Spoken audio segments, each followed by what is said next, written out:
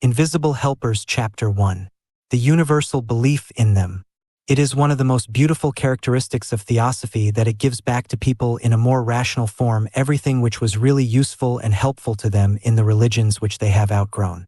Many who have broken through the chrysalis of blind faith and mounted on the wings of reason and intuition to the freer, nobler mental life of more exalted levels, nevertheless feel that in the process of this glorious gain a something has been lost, that in giving up the beliefs of their childhood they have also cast aside much of the beauty and the poetry of life. If, however, their lives in the past have been sufficiently good to earn for them the opportunity of coming under the benign influence of Theosophy, they very soon discover that even in this particular there has been no loss at all, but an exceeding great gain, that the glory and the beauty and the poetry are there in fuller measure than they had ever hoped before, and no longer as a mere pleasant dream from which the cold light of common sense may at any time rudely awaken them, but as truths of nature which will bear investigation, which become only brighter, fuller and more perfect as they are more accurately understood. A marked instance of this beneficent action of Theosophy is the way in which the invisible world, which, before the great wave of materialism engulfed us, used to be regarded as the source of all living help, has been restored by it to modern life. All the charming folklore of the elf, the brownie and the gnome, of the spirits of air and water, of the forest, the mountain and the mine, is shown by it to be no more meaningless superstition, but to have a basis of actual and scientific fact behind it. Its answer to the great fundamental question, if a man die, shall he live again, is equally definite and scientific, and its teaching on the nature and conditions of the life after death throws a flood of light upon much that, for the Western world at least, was previously wrapped in impenetrable darkness. It cannot be too often repeated that in this teaching as to the immortality of the soul and the life after death, Theosophy stands in a position totally different from that of ordinary religion.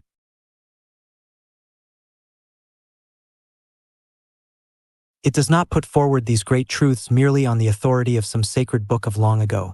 In speaking of these subjects, it is not dealing with pious opinions or metaphysical speculations, but with solid, definite facts, as real and as close to us as the air we breathe or the houses we live in, facts of which many among us have constant experience, facts among which lies the daily work of some of our students, as will presently be seen. Among the beautiful conceptions which Theosophy has restored to us stands preeminent that of the great helpful agencies of nature. The belief in these has been worldwide from the earliest dawn of history, and is universal even now outside the narrow domains of Protestantism, which has emptied and darkened the world for its votaries by its attempt to do away with the natural and perfectly true idea of intermediate agents, and reduce everything to the two factors of man and deity, a device whereby the conception of deity has been infinitely degraded, and man has remained unhelped.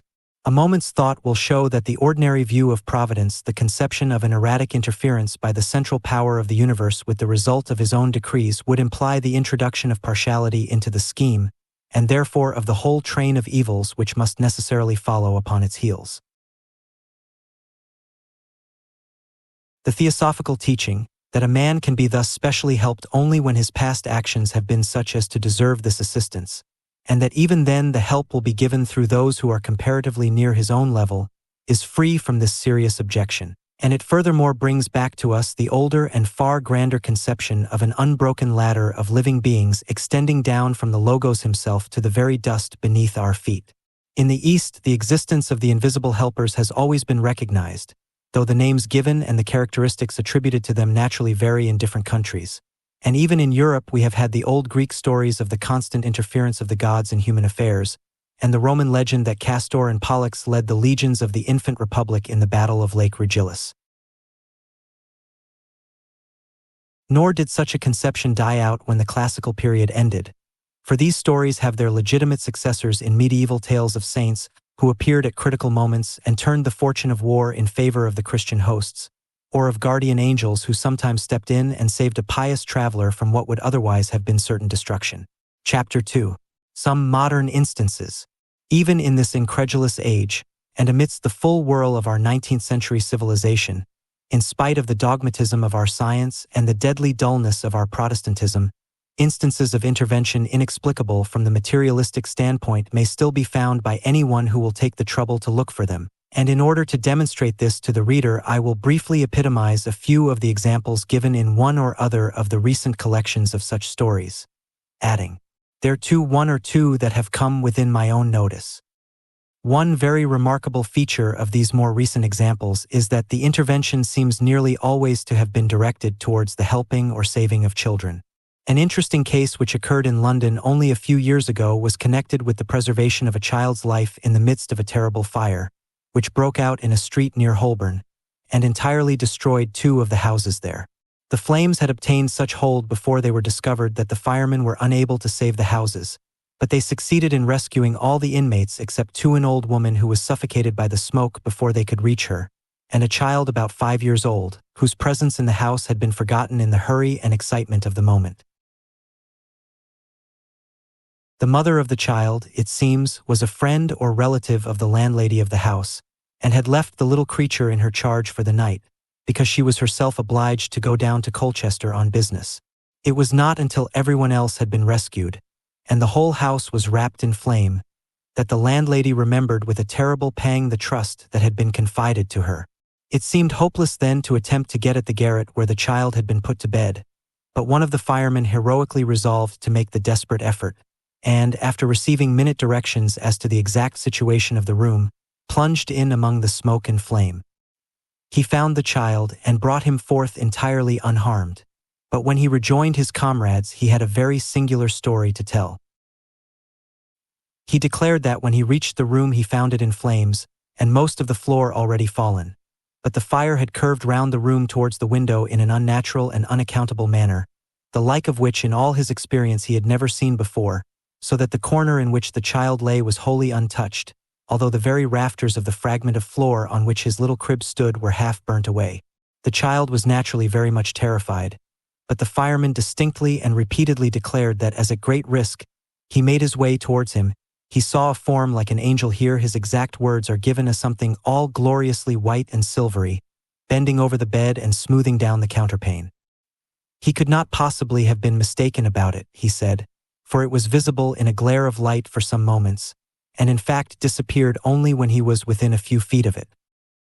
Another curious feature of this story is that the child's mother found herself unable to sleep that night down at Colchester, but was constantly harassed by a strong feeling that something was wrong with her child, insomuch that at last she was compelled to rise and spend some time in earnest prayer that the little one might be protected from the danger which she instinctively felt to be hanging over him. The intervention was thus evidently what a Christian would call an answer to prayer. A theosophist, putting the same idea in more scientific phraseology, would say that her intense outpouring of love constituted a force which one of our invisible helpers was able to use for the rescue of her child from a terrible death. A remarkable case in which children were abnormally protected occurred on the banks of the Thames near Maidenhead a few years earlier than our last example. This time the danger from which they were saved arose not from fire but from water. 3 little ones who lived, if I recollect rightly, in or near the village of Shotsbrook, were taken out for a walk along the towing path by their nurse. They rushed suddenly round a corner upon a horse which was drawing a barge, and in the confusion 2 of them got on the wrong side of the tow rope and were thrown into the water. The boatman, who saw the accident, sprang forward to try to save them, and he noticed that they were floating high in the water in quite an unnatural way, like, as he said, and moving quietly towards the bank. This was all that he and the nurse saw, but the children each declared that a beautiful person, all white and shining, stood beside them in the water, held them up and guided them to the shore. Nor was their story without corroboration, for the bargeman's little daughter, who ran up from the cabin when she heard the screams of the nurse, also affirmed that she saw a lovely lady in the water dragging the 2 children to the bank. Without fuller particulars than the story gives us, it is impossible to say with certainty from what class of helpers this angel was drawn, but the probabilities are in favor of its having been a developed human being functioning in the astral body, as will be seen when later on we deal with this subject from the other side, as it were from the point of view of the helpers rather than the helped. A case in which the agency is somewhat more definitely distinguishable is related by the well-known clergyman, Dr. John Mason Neale. He states that a man who had recently lost his wife was on a visit with his little children at the country house of a friend. It was an old, rambling mansion, and in the lower part of it there were long, dark passages, in which the children played about with great delight. But presently they came upstairs very gravely, and two of them related that as they were running down one of these passages they were met by their mother, who told them to go back again, and then disappeared. Investigation revealed the fact that if the children had run but a few steps farther they would have fallen down a deep uncovered well which yawned full in their path, so that the apparition of their mother had saved them from almost certain death. In this instance there seems no reason to doubt that the mother herself was still keeping a loving watch over her children from the astral plane, and that, as has happened in some other cases, her intense desire to warn them of the danger into which they were so heedlessly rushing gave her the power to make herself visible and audible to them for the moment, or perhaps merely to impress their minds with the idea that they saw and heard her. It is possible, of course, that the helper may have been someone else, who took the familiar form of the mother in order not to alarm the children, but the simplest hypothesis is to attribute the intervention to the action of the ever-wakeful mother-love itself, undimmed by the passage through the gates of death. This mother-love, being one of the holiest and most unselfish of human feelings, is also one of the most persistent on higher planes.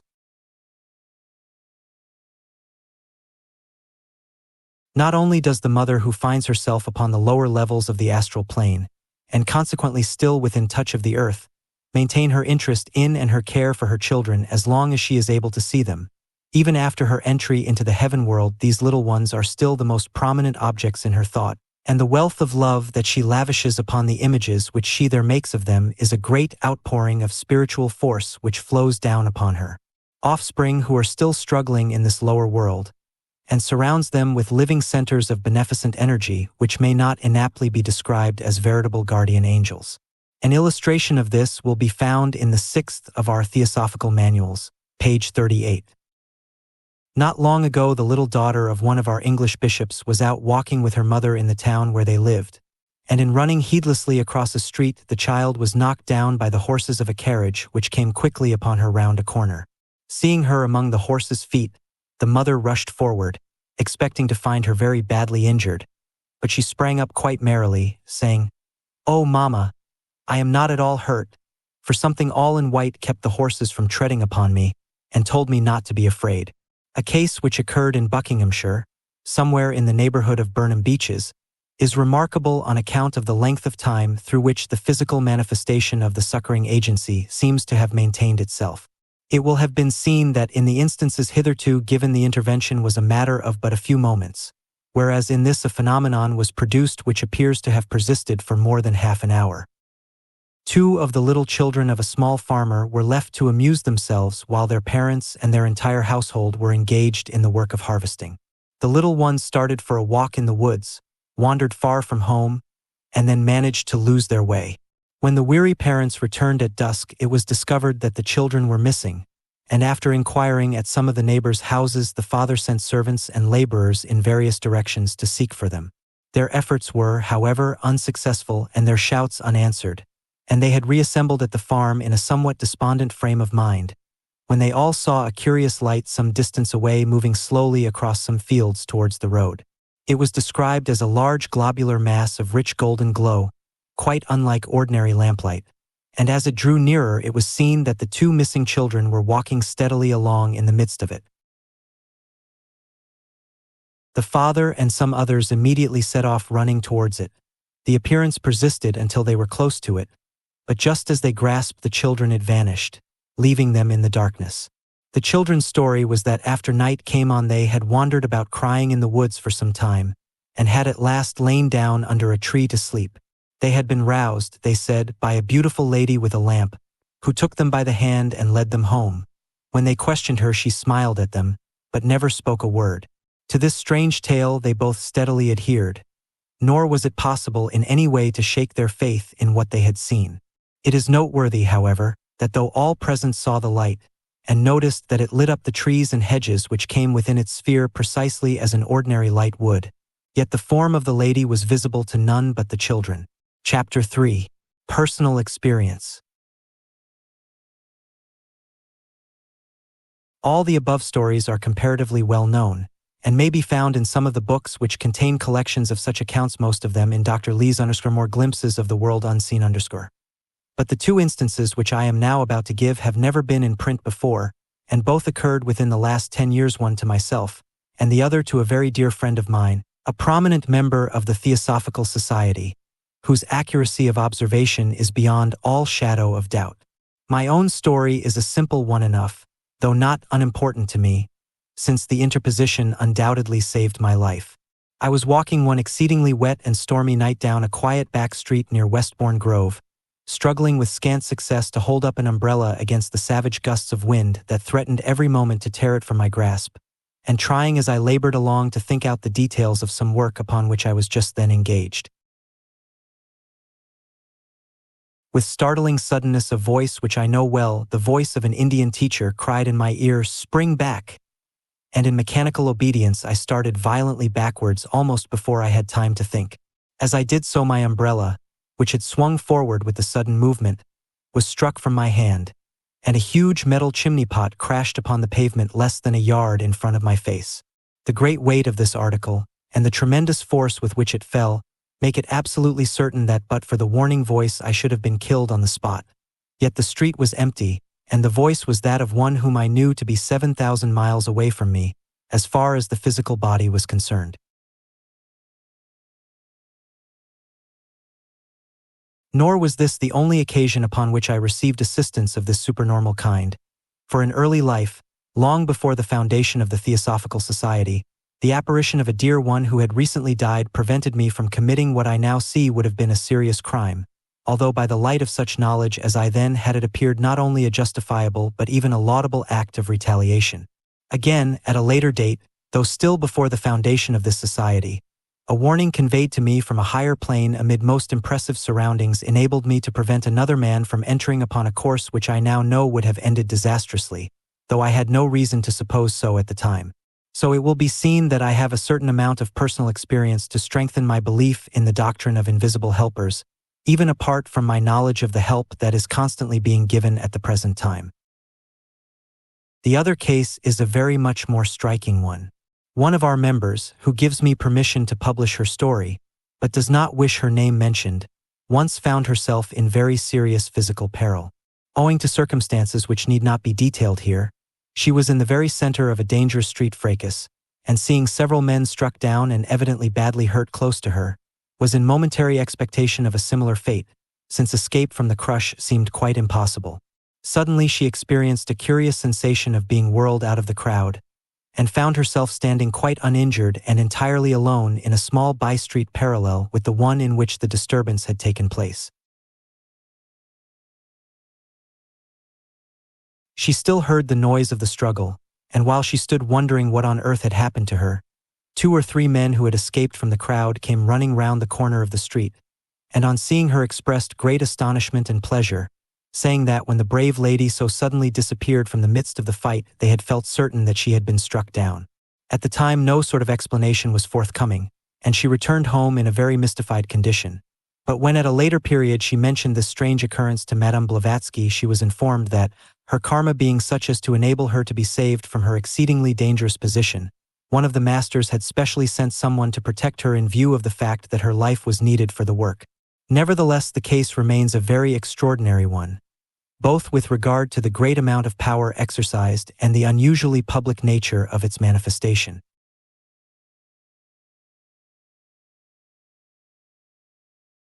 It is not difficult to imagine the modus operandi her. She must have been lifted bodily over the intervening block of houses and simply set down in the next street. But since her physical body was not visible floating in the air, it is also evident that a veil of some sort, probably of etheric matter, must have been thrown round her while in transit. If it be objected that whatever can hide physical matter must itself be physical, and therefore visible, it may be replied that by a process familiar to all occult students it is possible to bend rays of light, which, under all conditions at present known to science, travel only in straight lines unless refracted, so that after passing round an object they may resume exactly their former course. And it will at once be seen that if this were done, such an object would to all physical eyes be absolutely invisible until the rays were allowed to resume their normal course. I am fully aware that this one statement alone is sufficient to brand my remarks as nonsense in the eyes of the scientist of the present day, but I cannot help that. I am merely stating a possibility in nature which the science of the future will no doubt one day discover, and for those who are not students of occultism the remark must wait until then for its justification. The process, as I say, is comprehensible enough to anyone who understands a little about the more occult forces of nature, but the phenomenon still remains an exceedingly dramatic one, while the name of the heroine of the story, were I permitted to give it, would be a guarantee of its accuracy to all my readers. Another recent instance of interposition, less striking perhaps but entirely successful, has been reported to me since the publication of the first edition of this book. A lady, being obliged to undertake a long railway journey alone, had taken the precaution to secure an empty compartment. But just as the train was leaving the station, a man of forbidding and villainous appearance sprang in and seated himself at the other end of the carriage. The lady was much alarmed, thus to be left alone with so doubtful-looking a character. But it was too late to call for help, so she sat still and commended herself earnestly to the care of her patron saint. Soon her fears were redoubled, for the man arose and turned toward her with an evil grin, but he had hardly taken one step when he started back with a look of the most intense astonishment and terror. Following the direction of his glance, she was startled to see a gentleman seated directly opposite to her, gazing quietly but firmly at the baffled robber gentleman, who certainly could not have entered the carriage by any ordinary means. Too much awed to speak, she watched him as though fascinated for a full half-hour. He uttered no word, and did not even look at her, but kept his eyes steadily upon the villain, who cowered trembling in the furthest corner of the compartment. The moment that the train reached the next station, and even before it came to a standstill, the would-be thief tore open the door and sprang hurriedly out. The lady, deeply thankful to be rid of him, turned to express her gratitude to the gentleman, but found only an empty seat, though it would have been impossible for any physical body to have left the carriage in the time. The materialization was in this case maintained for a longer period than usual, but on the other hand it expended no force in action of any kind, nor indeed was it necessary that it should do so, as its mere appearance was sufficient to effect its purpose. But these stories, all referring as they do to what would commonly be called angelic intervention, illustrate only one small part of the activities of our invisible helpers. Before, however, we can profitably consider the other departments of their work, it will be well that we should have clearly in our minds the various classes of entities to which it is possible that these helpers may belong. Let that, then, be the portion of our subject to be next treated. Chapter 4. The Helpers. Help, then, may be given by several of the many classes of inhabitants of the astral plane. It may come from devas, from nature spirits, or from those whom we call dead, as well as from those who function consciously upon the astral plane during life, chiefly the adepts and their pupils. But if we examine the matter a little more closely, we shall see that though all the classes mentioned may, and sometimes do, take a part in this work, yet their shares in it are so unequal that it is practically left almost entirely to one class. The very fact that so much of this work of helping has to be done either upon or from the astral plane goes far in itself towards explaining this. To anyone who has even a faint idea of what the powers at the command of an adept really are, it will be at once obvious that for him to work upon the astral plane would be a far greater waste of energy than for our leading physicians or scientists to spend their time in breaking stones upon the road. The work of the adept lies in higher regions, chiefly upon the arupa levels of the devachanic plane or heaven world, where he may direct his energies to the influencing of the true individuality of man, and not the mere personality which is all that can be reached in the astral or physical world. The strength which he puts forth in that more exalted realm produces results greater, more far-reaching and more lasting than any which can be attained by the expenditure of even 10 times the force down here, and the work up there is such as he alone can fully accomplish, while that on lower planes may be at any rate to some extent achieved by those whose feet are yet upon the earlier steps of the great stairway which will one day lead them to the position where he stands. The same remarks apply also in the case of the devas. Belonging as they do to a higher kingdom of nature than ours, their work seems for the most part entirely unconnected with humanity, and even those of their orders, and there are some such which do sometimes respond to our higher yearnings or appeals, do so on the mental plane rather than on the physical or astral, and more frequently in the periods between our incarnations than during our earthly lives. It may be remembered that some instances of such help were observed in the course of investigations into the subdivisions of the Devachanic plane which were undertaken when the Theosophical Manual on the subject was in preparation. In one case, a deva was found teaching the most wonderful celestial music to a chorister, and in another one of a different class was giving instruction and guidance to an astronomer who was seeking to comprehend the form and structure of the universe.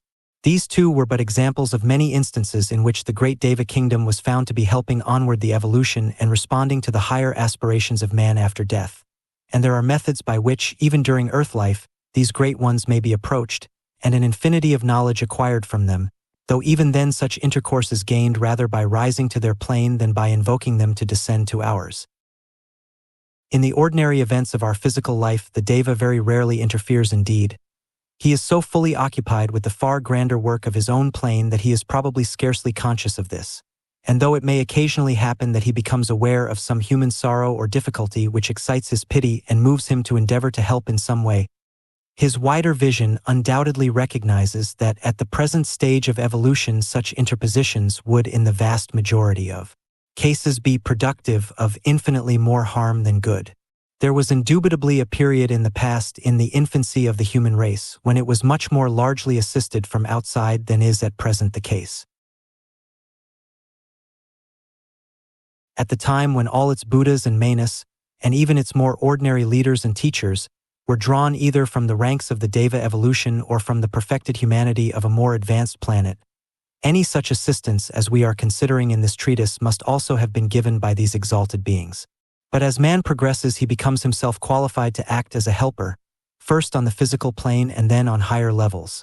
And we have now reached a stage at which humanity ought to be able to provide, and to some slight extent does provide, invisible helpers for itself, thus setting free for still more useful and elevated work those beings who are capable of it.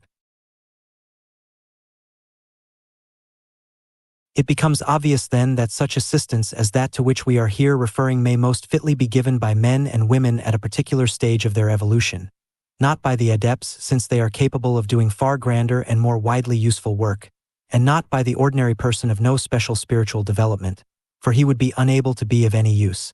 Just as these considerations would lead us to expect, we find that this work of helping on the astral and lower mental planes is chiefly in the hands of the pupils of the mastersmen who, though yet far from the attainment of adeptship, have evolved themselves to the extent of being able to function consciously upon the planes in question.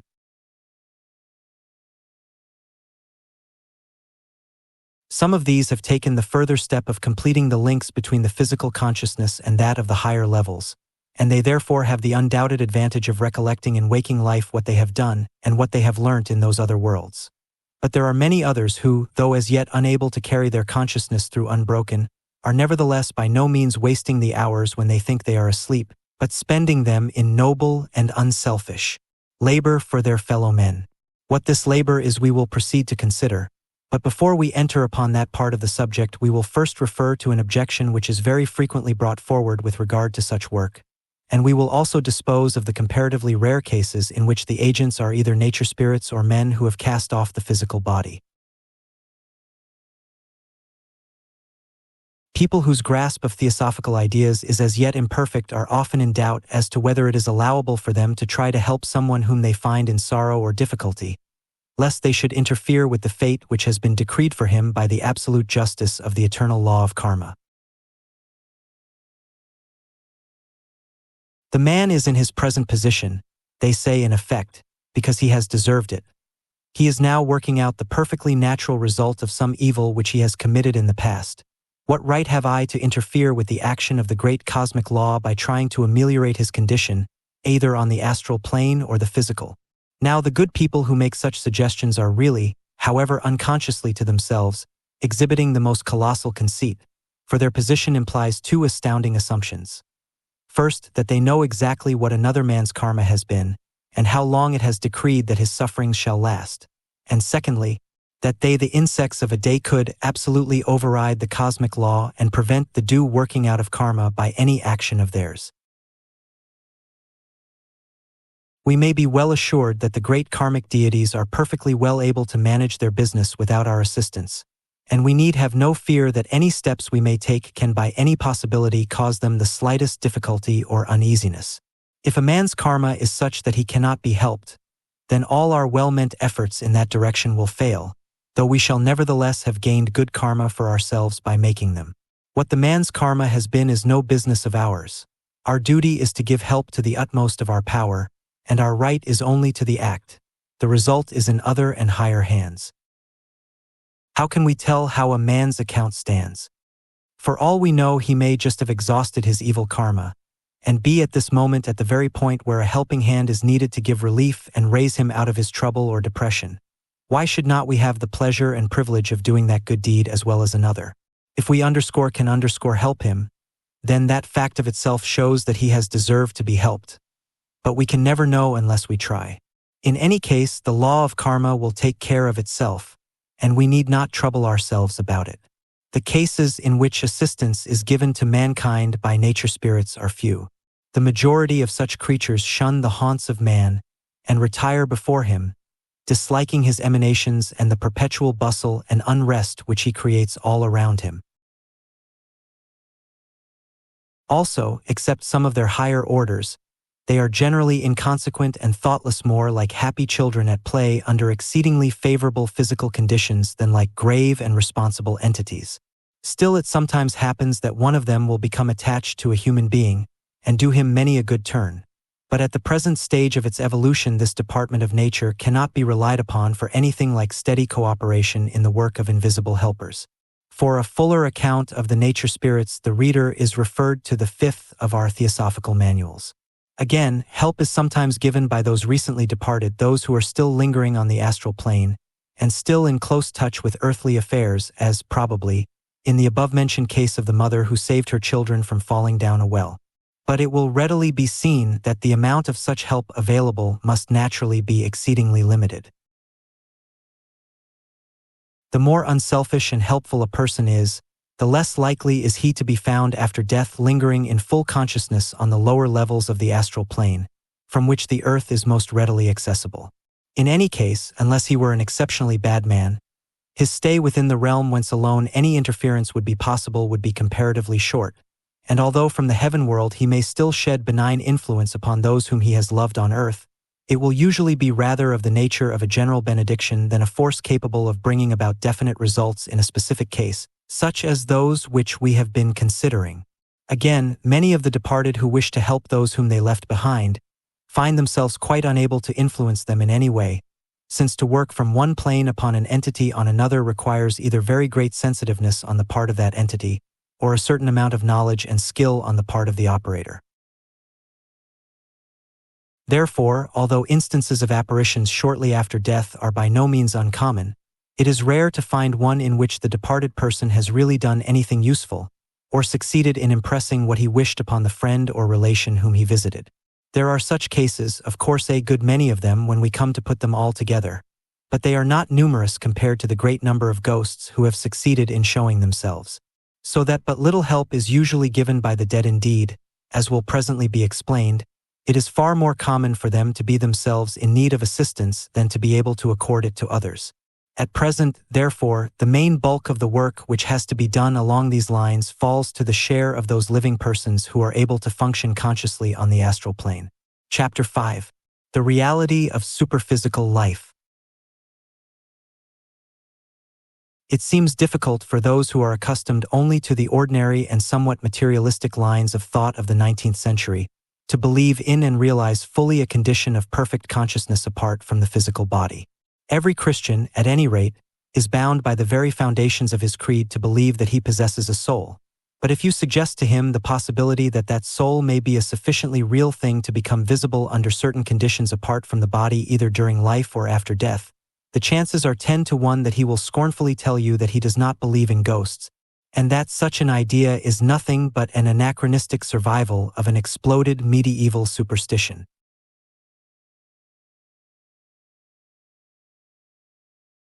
If, therefore, we are at all to comprehend the work of the band of invisible helpers, and perchance ourselves to learn to assist in it, we must shake ourselves free from the trammels of contemporary thought on these subjects, and endeavor to grasp the great truth, now a demonstrated fact to many among us, that the physical body is in simple truth nothing but a vehicle or vesture of the real man. It is put off permanently at death, but it is also put off temporarily every night when we go to sleep. Indeed, the process of falling asleep consists in this very action of the real man in his astral vehicle slipping out of the physical body. Again, I repeat, this is no mere hypothesis or ingenious supposition.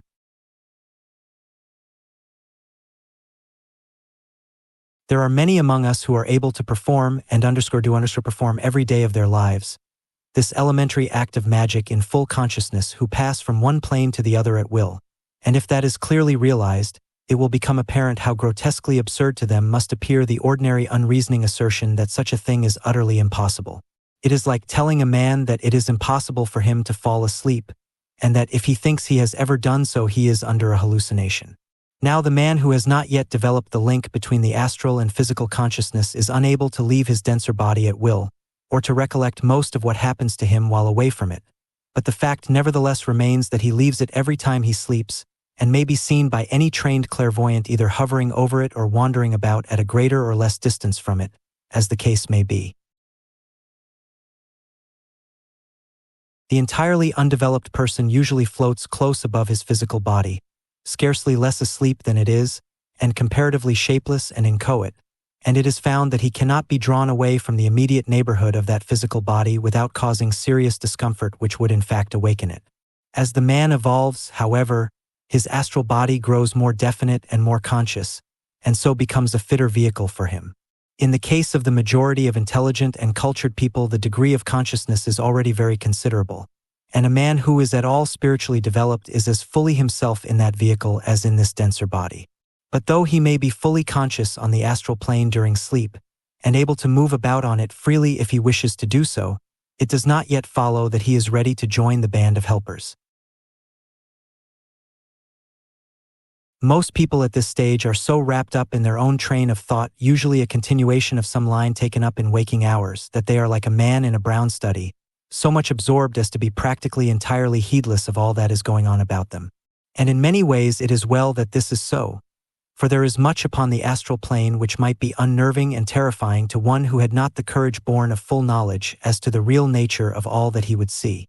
Sometimes a man gradually rouses himself out of this condition, wakes up to the astral world around him, as it were, but more often he remains in that state until someone who is already active there takes him in hand and wakens him.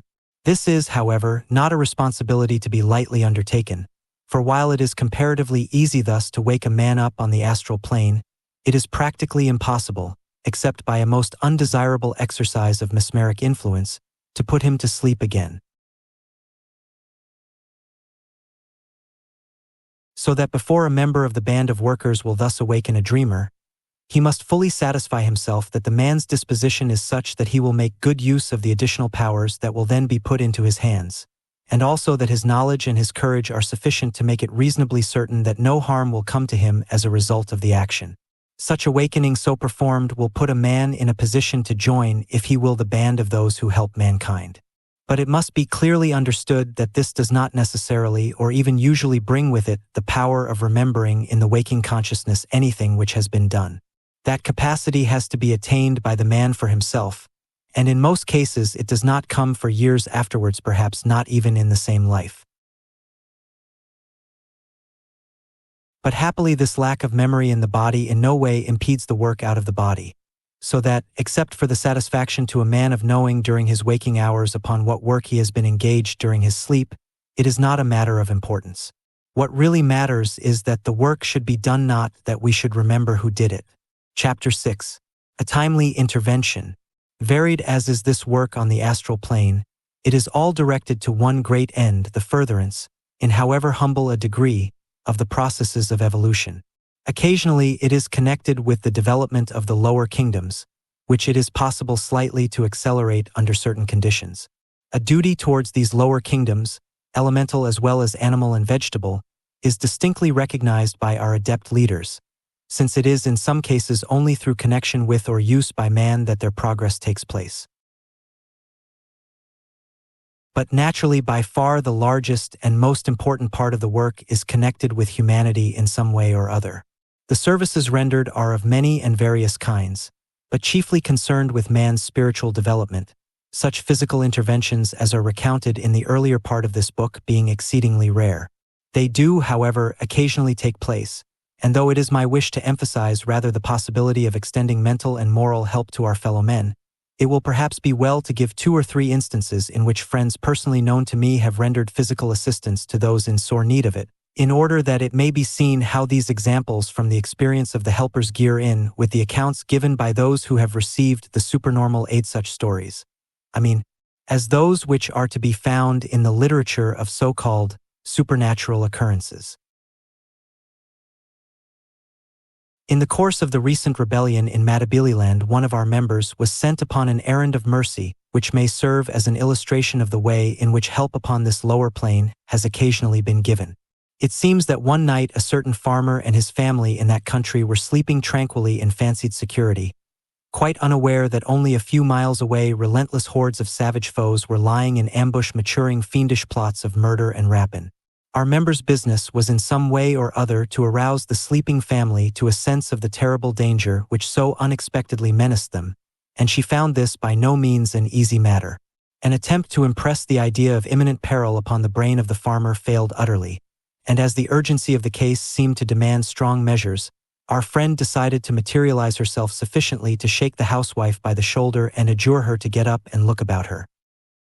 The moment she saw that she had been successful in attracting attention, she vanished, and the farmer's wife has never from that day to this been able to find out under which of her neighbors it was who roused her so opportunely, and thus saved the lives of the entire family, who but for this mysterious intervention would undoubtedly have been massacred in their beds half an hour later. Nor can she even now understand how this friend in need contrived to make her way in, when all the windows and doors were found so securely barred. Being thus abruptly awakened, the housewife was half inclined to consider the warning as a mere dream. However, she arose and looked round just to see that all was right, and fortunate it was that she did so, for though she found nothing amiss indoors, she had no sooner thrown open a shutter than she saw the sky red with a distant conflagration. She at once roused her husband and the rest of her family, and owing to this timely notice they were able to escape to a place of concealment near at hand just before the arrival of the horde of savages, who destroyed the house and ravaged the fields indeed, but were disappointed of the human prey which they had expected. The feelings of the rescuer may be imagined when she read in the newspaper some time afterwards an account of the providential deliverance of this family. Chapter 7. The Angel Story. Another instance of intervention on the physical plane which occurred a short time ago makes a very beautiful little story, though this time only one life was saved. It needs, however, a few words of preliminary explanation. Among our band of helpers here in Europe are 2 who were brothers long ago in ancient Egypt, and are still warmly attached to one another.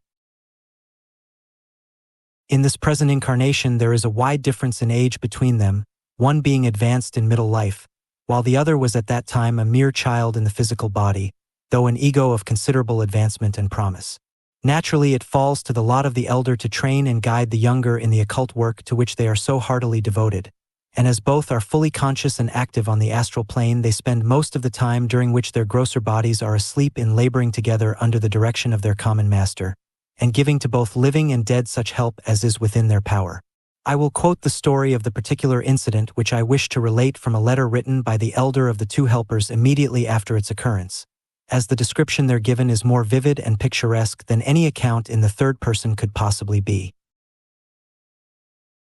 We were going about quite other business, when Cyril suddenly cried, "What's that?" For we heard a terrible scream of pain or fright.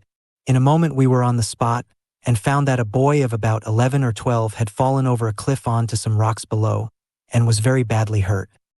He had broken a leg and an arm, poor fellow, but what was still worse was a dreadful cut in the thigh, from which blood was pouring in a torrent. Cyril cried, "Let us help him quick, or he'll die." In emergencies of this kind one has to think quickly. There were clearly 2 things to be done: that bleeding must be stopped, and physical help must be procured. I was obliged to materialize either Cyril or myself, for we wanted physical hands at once to tie a bandage, and besides it seemed better that the poor boy should understand someone standing by him in his trouble. I felt that while undoubtedly he would be more at home with Cyril than with me, I should probably be more readily able to procure help than Cyril would, so the division of labor was obvious. The plan worked capitally. I materialized Cyril instantly. He does not know yet how to do it for himself, and told him to take the boy's neckerchief and tie it round the thigh, and twist a stick through it. Won't it hurt him terribly? Said Cyril. But he understood it, and the blood stopped flowing. The injured boy seemed half unconscious, and could scarcely speak, but he looked up at the shining little form bending so anxiously over him, and asked, "Be you an angel, master?" Cyril smiled so prettily and replied, "No, I'm only a boy, but I've come to help you." And then I left him to comfort the sufferer while I rushed off for the boy's mother, who lived about a mile away. The trouble I had to force into that woman's head the conviction that something was wrong, and that she must go and see about it, you would never believe. But at last she threw down the pan she was cleaning and said aloud, "Well, I don't know what's come over me, but I must go and find the boy."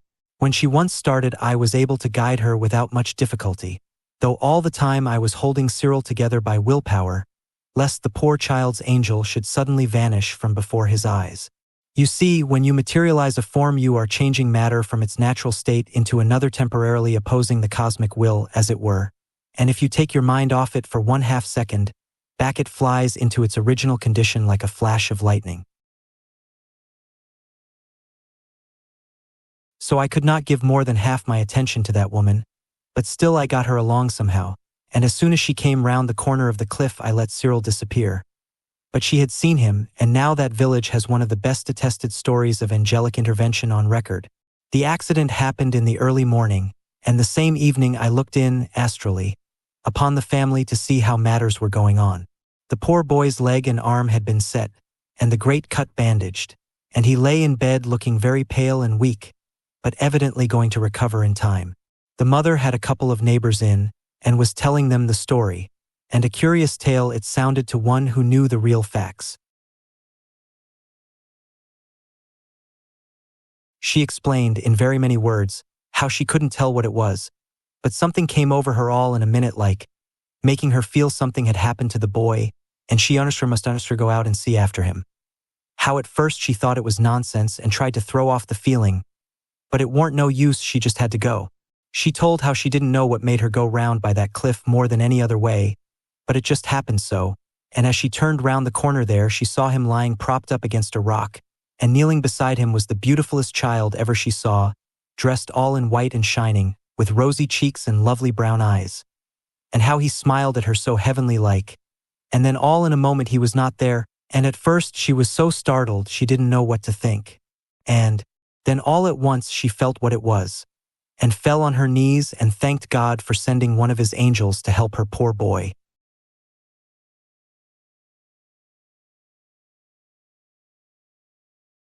Then she told how when she lifted him to carry him home she wanted to take off the handkerchief that was cutting into his poor leg so, but he would not let her because he said the angel had tied it and said he was not to touch it, and how when she told the doctor this afterwards he explained to her that if she had unfastened it the boy would certainly have died.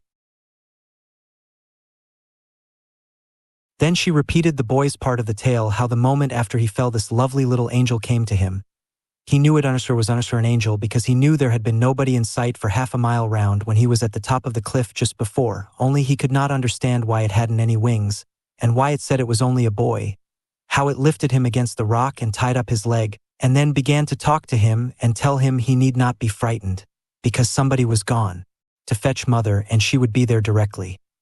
How it kissed him and tried to make him comfortable, and how its soft, warm, little hand held his all the time, while it told him strange, beautiful stories which he could not clearly remember, but he knew they were very good, because he had almost forgotten he was hurt until he saw mother coming. And how then it assured him he would soon be well again, and smiled and squeezed his hand, and then somehow it was gone. Since then, there has been quite a religious revival in that village. Their minister has told them that so signal an interposition of divine providence must have been meant as a sign to them, to rebuke scoffers and to prove the truth of Holy Scripture and of the Christian religion, and nobody seems to see the colossal conceit involved in such an astonishing proposition. But the effect on the boy has been undoubtedly good, morally as well as physically. By all accounts he was a careless enough young scamp before, but now he feels his angel may be near him at any time, and he will never do or say anything rough or coarse or angry, lest it should see or hear. The one great desire of his life is that some day he may see it again, and he knows that when he dies its lovely face will be the first to greet him on the other side. A beautiful and pathetic little story, truly. The moral drawn from the occurrence by the village and its minister is perhaps somewhat of non sequitur. Yet the testimony to the existence of at least something beyond this material plane must surely do the people more good than harm, and after all the mother's conclusion from what she saw was a perfectly correct one, though more accurate knowledge would probably have led her to express it a little differently. An interesting fact afterwards discovered by the investigations of the writer of the letter throws a curious sidelight upon the reasons underlying such incidents. It was found that the two boys had met before, and that some thousands of years ago the one who fell from the cliff had been the slave of the other, and had once saved his young master's life at the risk of his own, and had been liberated in consequence. And now, long afterwards, the master not only repays the debt in kind, but also gives his former slave a high ideal and an inducement to morality of life which will probably change the whole course of his future evolution. So true is it that no good deed ever goes unrewarded by karma, however tardy it may seem in its action, that though the mills of God grind slowly, yet they grind exceeding small, though with patience stands he waiting, with exactness grinds he all. Chapter 8. The Story of a Fire. Another piece of work done by the same boy Cyril furnishes an almost exact parallel to some of the stories from the books which I have given in earlier pages. He and his older friend, it seems, were passing along in the prosecution of their usual work one night, when they noticed the fierce glare of a big fire below them, and promptly dived down to see if they could be of any use. It was a great hotel which was in flames, a huge caravanserai on the edge of a great lake. The house, many stories in height, formed three sides of a square round a sort of garden, planted with trees and flowers, while the lake formed the fourth side. The two wings ran right down to the lake, the big bay windows which terminated them almost projecting over the water, so as to leave only quite a narrow passageway under them at the two sides.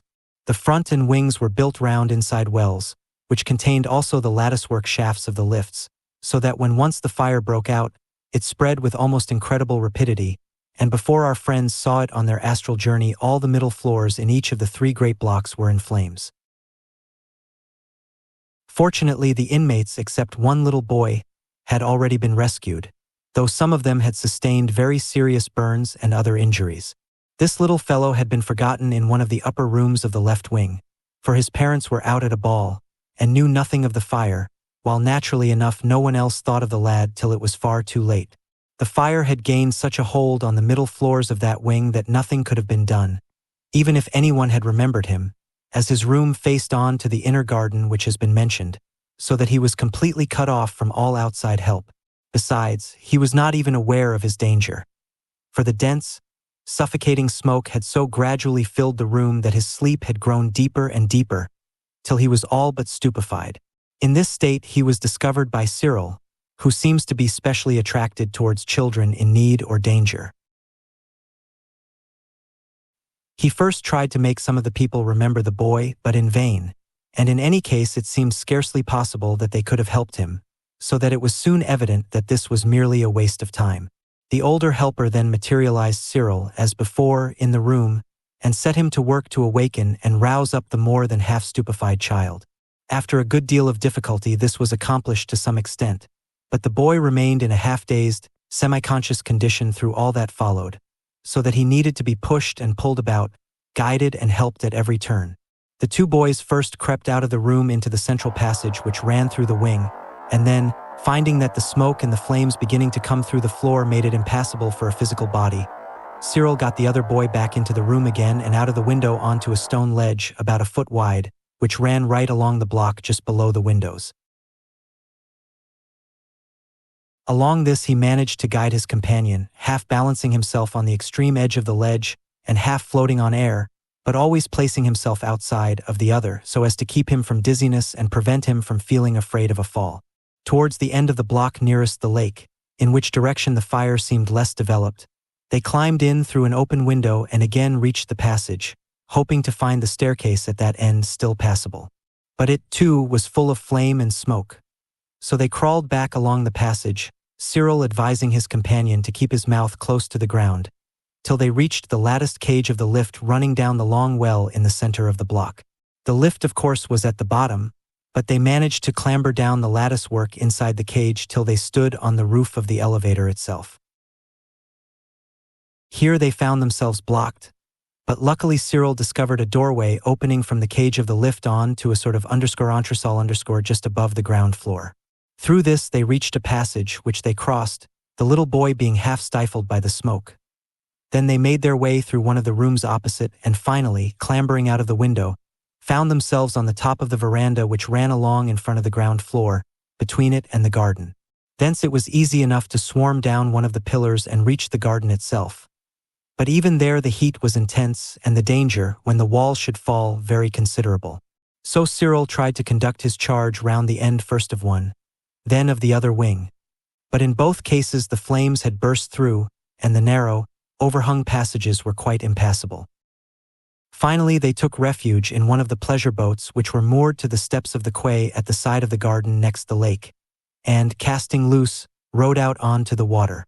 Cyril intended to row round past the burning wing and land the boy whom he had saved. But when they got some little way out, they fell in with a passing lake steamer, and were seen, for the whole scene was lit up by the glare of the burning hotel, till everything was as plain as in broad daylight.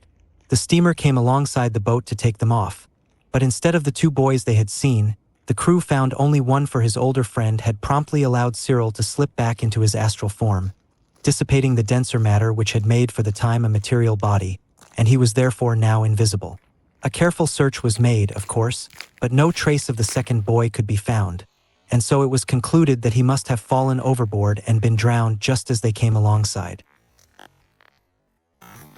The child who had been rescued fell into a dead faint as soon as he was safe on board, so they could get no information from him, and when he did recover, all he could say was that he had seen the other boy the moment before they came alongside, and then knew nothing more.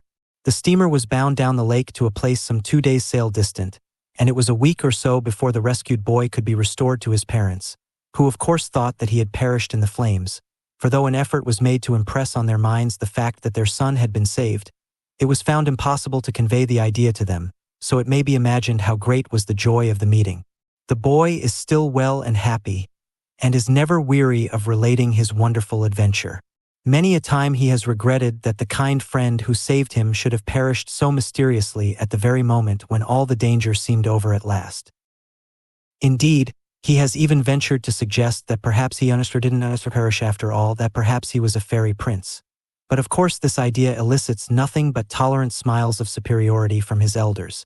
The karmic link between him and his preserver has not yet been traced, but no doubt there must be one somewhere. Chapter 9. Materialization and Repercussion. On meeting with a story such as this, students often inquire whether the invisible helper is perfectly safe amidst these scenes of deadly peril, whether, for example, this boy who was materialized in order to save another from a burning house was not himself in some danger, whether his physical body would not have suffered in any way by repercussion if his materialized form had passed through the flames, or fallen from the high ledge on the edge of which he walked so unconcernedly. In fact, since we know that in many cases the connection between a materialized form and a physical body is sufficiently close to produce repercussion, might it not have occurred in this case? Now this subject of repercussion is an exceedingly abstruse and difficult one, and we are by no means yet in a position fully to explain its very remarkable phenomena. Indeed, in order to understand the matter perfectly, it would probably be necessary to comprehend the laws of sympathetic vibration on more planes than one. Still, we do know by observation some of the conditions which permit its action, and some which definitely exclude it, and I think we are warranted in saying that it was absolutely impossible here.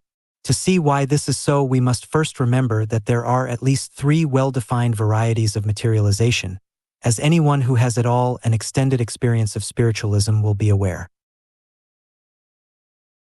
I am not concerned at the moment to enter upon any explanation as to how these 3 varieties are respectively produced, but am merely stating the indubitable fact of their existence. 1. There is the materialization which, though tangible, is not visible to ordinary physical sight. Of this nature are the unseen hands which so often clasp one's arm or stroke one's face at which sometimes carry physical objects through the air or make raps upon the table, though of course both these latter phenomena may easily be produced without a materialized hand at all. 2. There is the materialization which, though visible, is not tangible, the spirit form through which one's hand passes as through empty air. In some cases this variety is obviously misty and impalpable, but in others its appearance is so entirely normal that its solidity is never doubted until someone endeavors to grasp it. 3. There is the perfect materialization which is both visible and tangible, which not only bears the outward semblance of your departed friend, but shakes you cordially by the hand with the very clasp that you know so well. Now, while there is a good deal of evidence to show that repercussion takes place under certain conditions in the case of this third kind of materialization, it is by no means so certain that it can occur with the first or second class. In the case of the boy helper, it is probable that the materialization would not be of the third type, since the greatest care is always taken not to expend more force than is absolutely necessary to produce whatever result may be required, and it is obvious that less energy would be used in the production of the more partial forms which we have called the first and second classes. The probability is that only the arm with which the boy held his little companion would be solid to the touch, and that the rest of his body, though looking perfectly natural, would have proved far less palpable if it had been tested. But, apart from this probability, there is another point to be considered. When a full materialization takes place, whether the subject be living or dead, physical matter of some sort has to be gathered together for the purpose. At a spiritualistic _seance this matter is obtained by drawing largely upon the etheric double of the medium and sometimes even upon his physical body also, since cases are on record in which his weight has been very considerably decreased while manifestations of this character were taking place. This method is employed by the directing entities of the _seance simply because when an available medium is within reach, it is very much the easiest way in which a materialization can be brought about. And the consequence is that the very closest connection is thus set up between that medium and the materialized body, so that the phenomenon which, although very imperfectly understanding it, we call repercussion, occurs in its clearest form. If, for example, the hands of the materialized body be rubbed with chalk, that chalk will afterwards be found on the hands of the medium, even though he may have been all the time carefully locked up in a cabinet under circumstances which absolutely preclude any suspicion of fraud. If any injury be inflicted upon the materialized form, that injury will be accurately reproduced upon the corresponding part of the medium's body, while sometimes food of which the spirit form has partaken will be found to have passed into the body of the medium. At least that happened in one case, at any rate within my own experience. It would be far otherwise, however, in the case which we have been describing. Cyril was thousands of miles from his sleeping physical body, and it would therefore be quite impossible for his friend to draw etheric matter from it, while the regulations under which all pupils of the great masters of wisdom perform their work of helping man would assuredly prevent him, even for the noblest purpose, from putting such a strain upon anyone else's body. Besides, it would be quite unnecessary, for the far less dangerous method invariably employed by the helpers when materialization seems desirable would be ready to his hand, the condensation from the circumambient ether, or even from the physical air, of such an amount of matter as may be requisite. This feat, though no doubt beyond the power of the average entity manifesting at a _seance_, presents no difficulty to a student of occult chemistry. But mark the difference in the result obtained. In the case of the medium, we have a materialized form in the closest possible connection with the physical body, made out of its very substance, and therefore capable of producing all the phenomena of repercussion.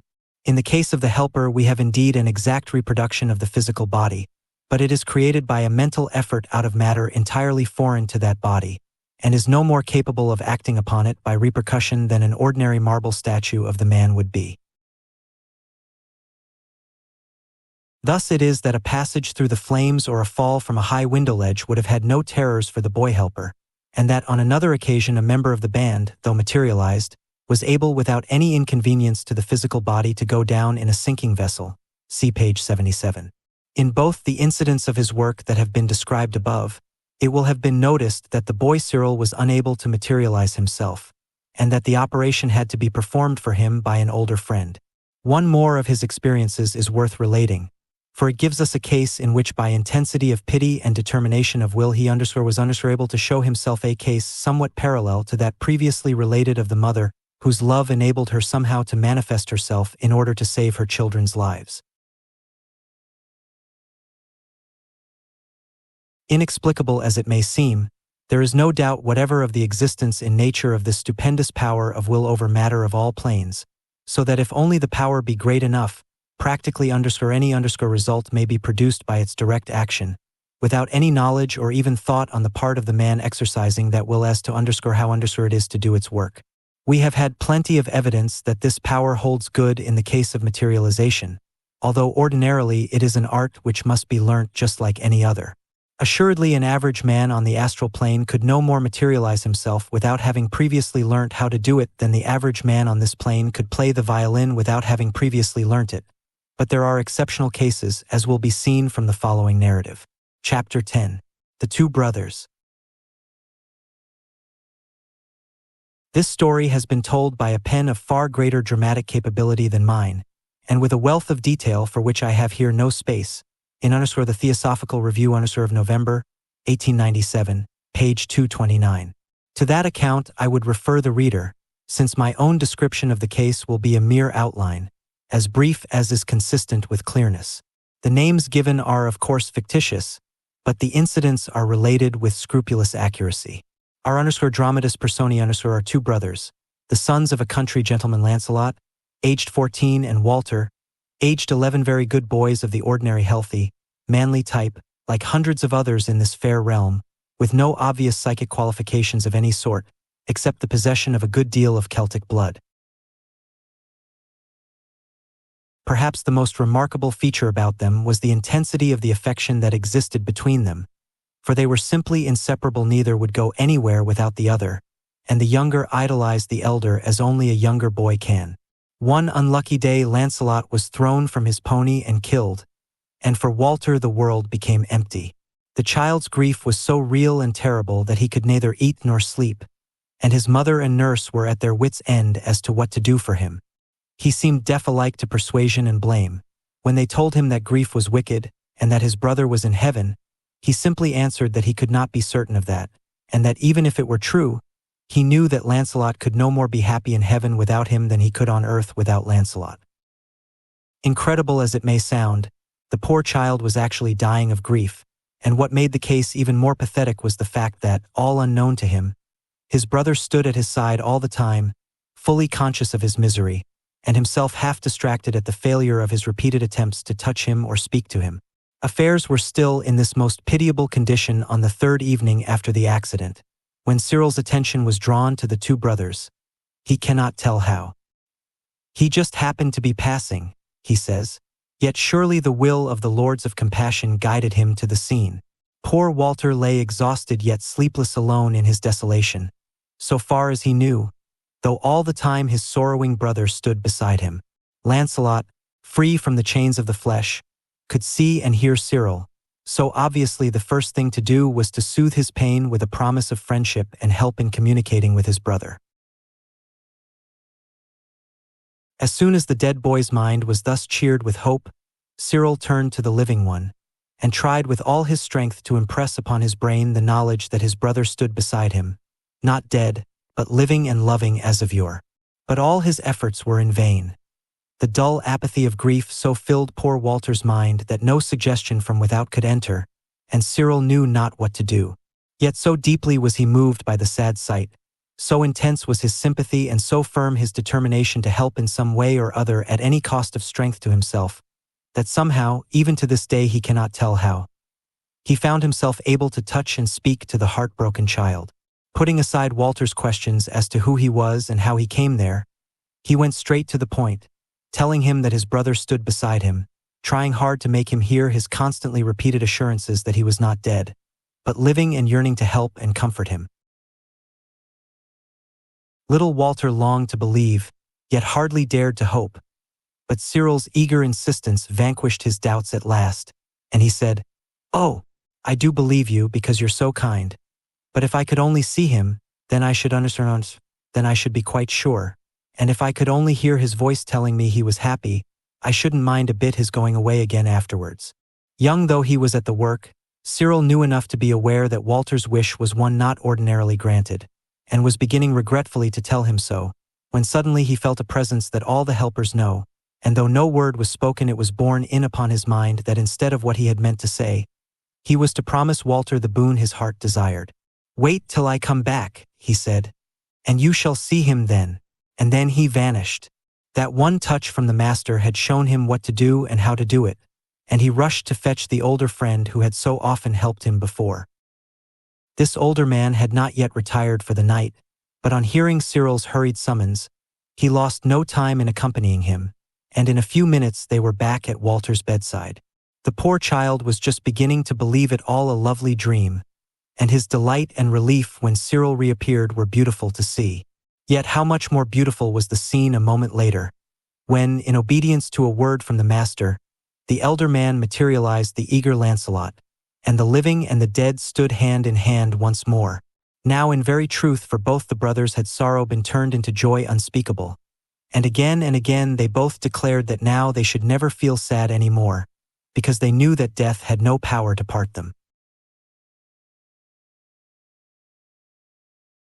Nor was their gladness damped even when Cyril explained carefully to them, at his older friend's suggestion, that this strange physical reunion would not be repeated, but that all day long Lancelot would be near Walter, even though the latter could not see him, and every night Walter would slip out of his body and be consciously with his brother once more.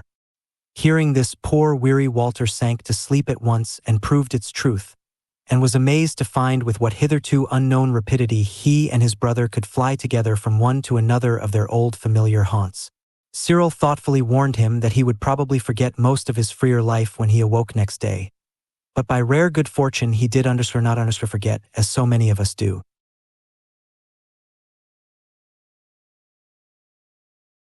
Perhaps the shock of the great joy had somewhat aroused the latent psychic faculty which belongs to the Celtic blood. At any rate, he forgot no single detail of all that had happened, and next morning he burst upon the house of mourning with a wondrous tale which suited it but ill. His parents thought that grief had turned his brain, and, since he is now the heir, they have been watching long and anxiously for further symptoms of insanity, which happily they have not found. They still think him a monomaniac on this point, though they fully recognize that his delusion has saved his life. But his old nurse, who is a Catholic, is firm in her belief that all he says is true, that the Lord Jesus, who was once a child himself, took pity on that other child as he lay dying of grief, and sent one of his angels to bring his brother back to him from the dead as a reward for a love which was stronger than death. Sometimes popular superstition gets a good deal nearer to the heart of things than does educated skepticism. Nor does the story end here, for the good work begun that night is still progressing, and none can say how far the influence of that one act may ramify.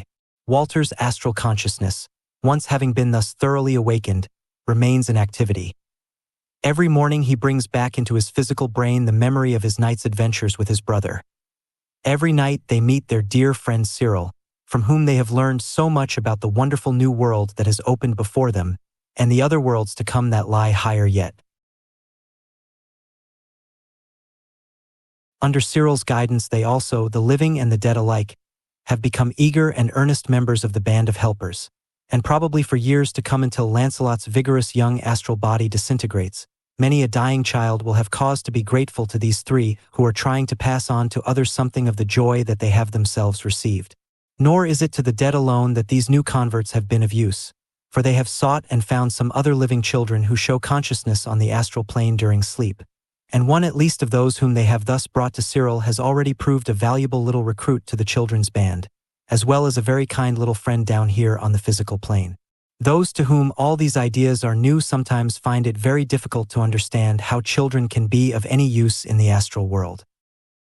Seeing, they would say, that the astral body of a child must be undeveloped, and the ego thus limited by childhood on the astral as well as the physical plane, in what way could such an ego be of use, or be able to help towards the spiritual, mental, and moral evolution of humanity, which we are told is the chief concern of the helpers? When first such a question was asked, shortly after the publication of one of these stories in our magazine, I sent it to Cyril himself to see what he would say to it, and his answer was this: "It is quite true, as the writer says, that I am only a boy and know very little yet, and that I shall be much more useful when I have learnt more. But I am able to do a little even now, because there are so many people who have learnt nothing about Theosophy yet, though they may know very much more than I do about everything else. And you see, when you want to get to a certain place, a little boy who knows the way can do more for you than 100 wise men who don't know it. It may be added that when even a child had been awakened upon the astral plane, the development of the astral body would proceed so rapidly that he would very soon be in a position upon that plane but little inferior to that of the awakened adult, and would of course be much in advance, so far as usefulness is concerned, of the wisest man who was as yet unawakened. But unless the ego expressing himself through that child body possessed the necessary qualification of a determined yet loving disposition, and had clearly manifested it in his previous lives, no occultist would take the very serious responsibility of awakening him upon the astral plane. When, however, their karma is such that it is possible for them to be thus aroused, children often prove most efficient helpers, and throw themselves into their work with a whole-souled devotion which is very beautiful to see. And so is fulfilled once more the ancient prophecy, "A little child shall lead them." Another question that suggests itself to one's mind in reading this last story of the two brothers is this. Since Cyril was somehow able to materialize himself by sheer force of love and pity and strength of will, is it not strange that Lancelot, who had been trying so much longer to communicate, had not succeeded in doing the same thing?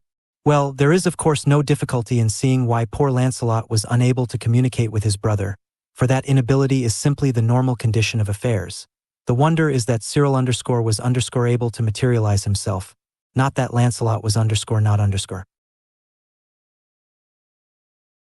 Not only, however, was the feeling probably stronger in Cyril's case, but he also knew exactly what he wanted to do, knew that such a thing as materialization was a possibility, and had some general idea as to how it was done, while Lancelot naturally knew nothing of all this then, though he does now. Chapter 11. Wrecks and Catastrophes.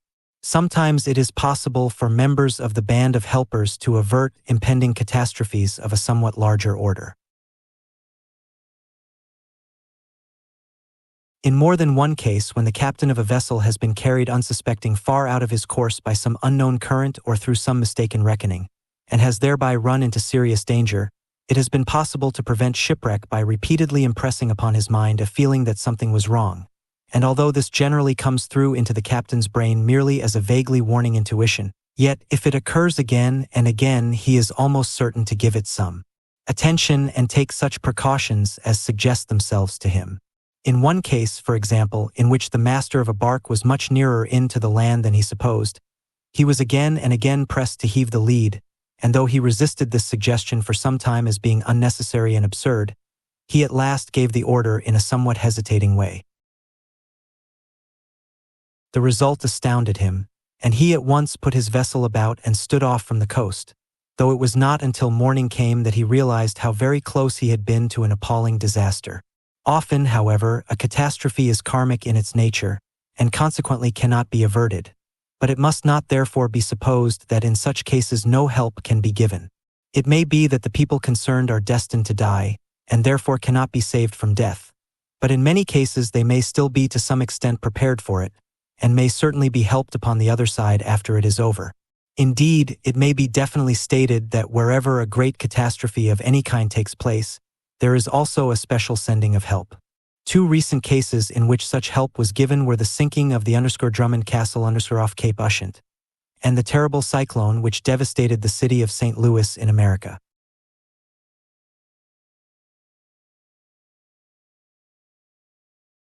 On both these occasions a few minutes' notice was given, and the helpers did their best to calm and raise men's minds, so that when the shock came upon them it would be less disturbing than it might otherwise have been.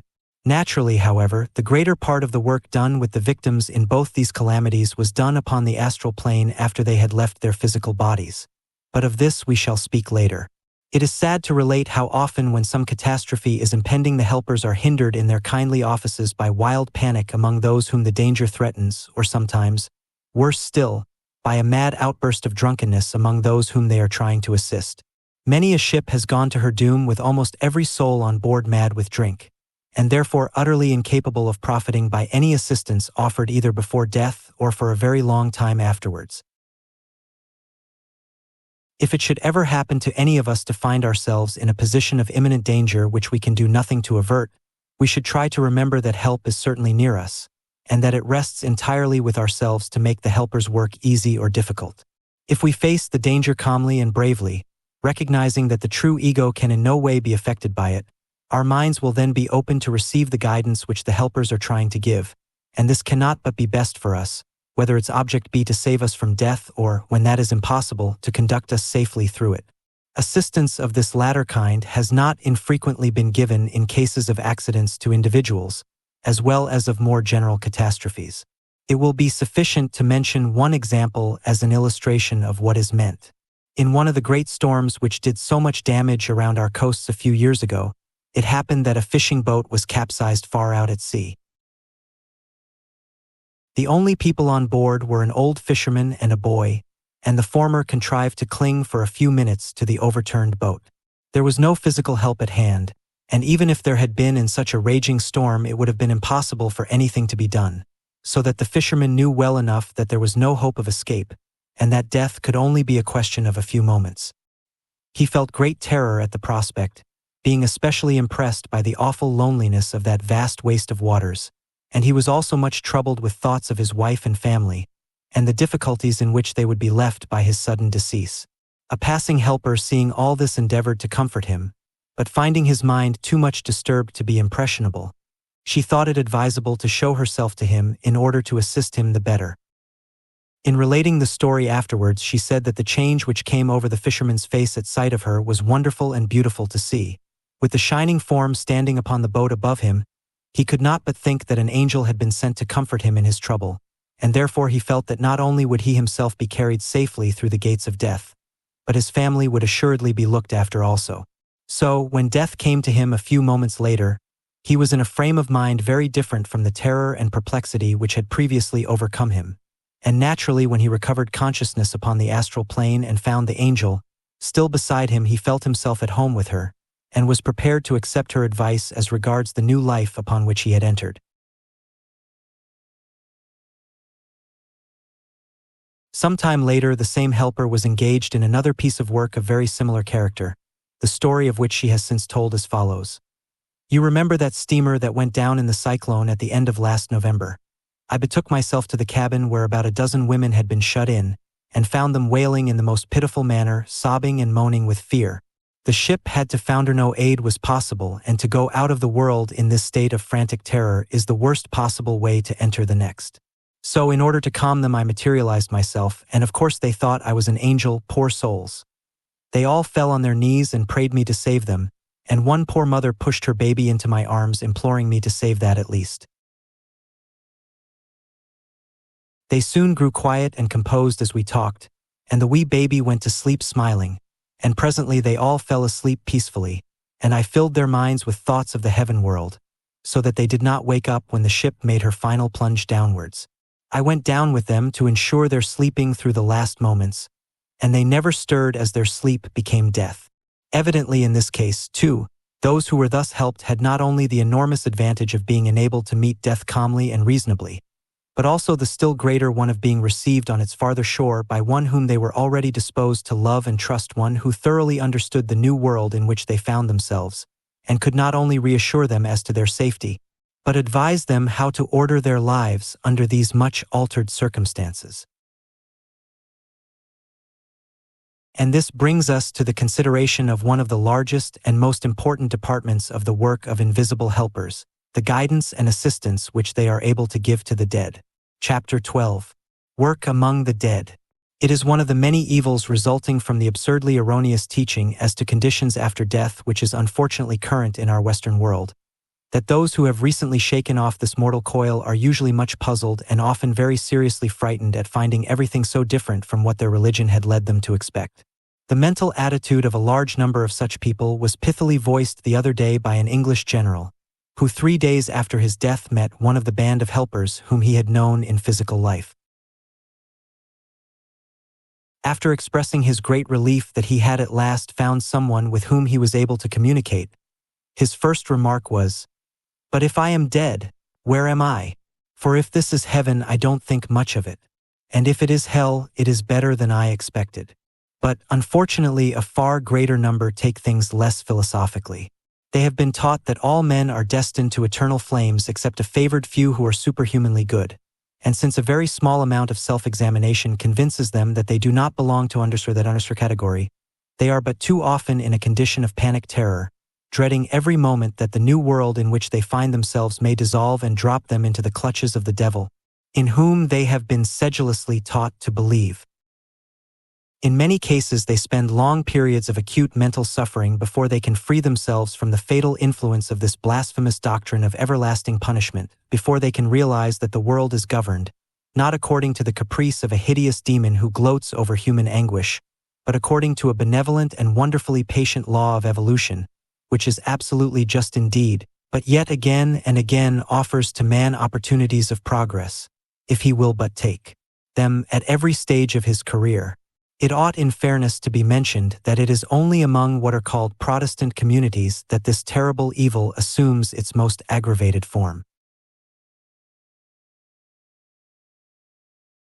The great Roman Catholic Church, with its doctrine of purgatory, approaches much more nearly to a conception of the astral plane, and its devout members at any rate realize that the state in which they find themselves shortly after death is merely a temporary one, and that it is their business to endeavor to raise themselves out of it as soon as may be by intense spiritual aspiration, while they accept any suffering which may come to them as necessary for the wearing away of the imperfections in their character before they can pass to higher and brighter regions. It will thus be seen that there is plenty of work for the helpers to do among the newly dead, for in the vast majority of cases they need to be calmed and reassured, to be comforted and instructed. In the astral, just as in the physical world, there are many who are but little disposed to take advice from those who know better than they, yet the very strangeness of the conditions surrounding them renders many of the dead willing to accept the guidance of those to whom these conditions are obviously familiar, and many a man's stay on that plane has been considerably shortened by the earnest efforts of this band of energetic workers. Not, be it understood, that the karma of the dead man can in any way be interfered with. He has built for himself during life an astral body of a certain degree of density, and until that body is sufficiently dissolved he cannot pass on into the heaven world beyond, but he need not lengthen the period necessary for that process by adopting an improper attitude. All students ought clearly to grasp the truth that the length of a man's astral life after he has put off his physical body depends mainly upon two factors: the nature of his past physical life and his attitude of mind after what we call death. During his earth life, he is constantly influencing the building of matter into his astral body. He affects it directly by the passions, emotions, and desires which he allows to hold sway over him.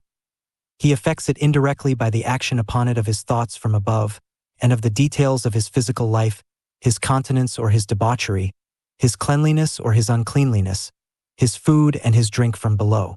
If by persistence in perversity along any of these lines he is so stupid as to build for himself a coarse and gross astral vehicle, habituated to responding only to the lower vibrations of the plane, he will find himself after death bound to that plane during a long and slow process of that body's disintegration.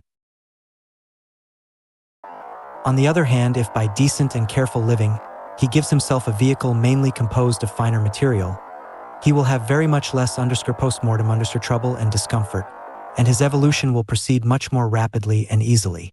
This much is generally understood, but the second great factor, his attitude of mind after death, seems often to be forgotten. The desirable thing is for him to realize his position on this particular little arc of his evolution, to learn that he is at this stage withdrawing steadily inward towards the plane of the true ego, and that consequently it is his business to disengage his thoughts as far as may be from things physical, and to fix his attention more and more upon those spiritual matters which will occupy him during his life in the heaven world. By doing this, he will greatly facilitate the natural astral disintegration, and will avoid the sadly common mistake of unnecessarily delaying himself upon the lower levels of what should be so temporary a residence.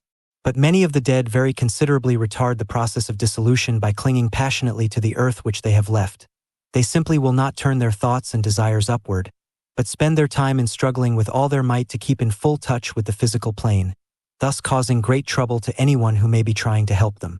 Earthly matters are the only ones in which they have ever had any living interest, and they cling to them with desperate tenacity even after death. Naturally, as time passes on, they find it increasingly difficult to keep hold of things down here, but instead of welcoming and encouraging this process of gradual refinement and spiritualization, they resist it vigorously by every means in their power. Of course, the mighty force of evolution is eventually too strong for them, and they are swept on in its beneficent current, yet they fight every step of the way, thereby not only causing themselves a vast amount of entirely unnecessary pain and sorrow, but also very seriously delaying their upward progress and prolonging their stay in astral regions to an almost indefinite extent. In convincing them that this ignorant and disastrous opposition to the cosmic will is contrary to the laws of nature, and persuading them to adopt an attitude of mind which is the exact reversal of it, lies a great part of the work of those who are trying to help. It happens occasionally that the dead are earthbound by anxiety sometimes about duties unperformed or debts undischarged, but more often on account of wife or children left unprovided for. In such cases as this, it has more than once been necessary, before the dead man was satisfied to pursue his upward path in peace, that the helper should to some extent act as his representative upon the physical plane, and attend on his behalf to the settlement of the business which was troubling him. An illustration taken from our recent experience will perhaps make this clearer. One of the band of pupils was trying to assist a poor man who had died in one of our western cities, but found it impossible to withdraw his mind from earthly things because of his anxiety about two young children, whom his death had left without means of support.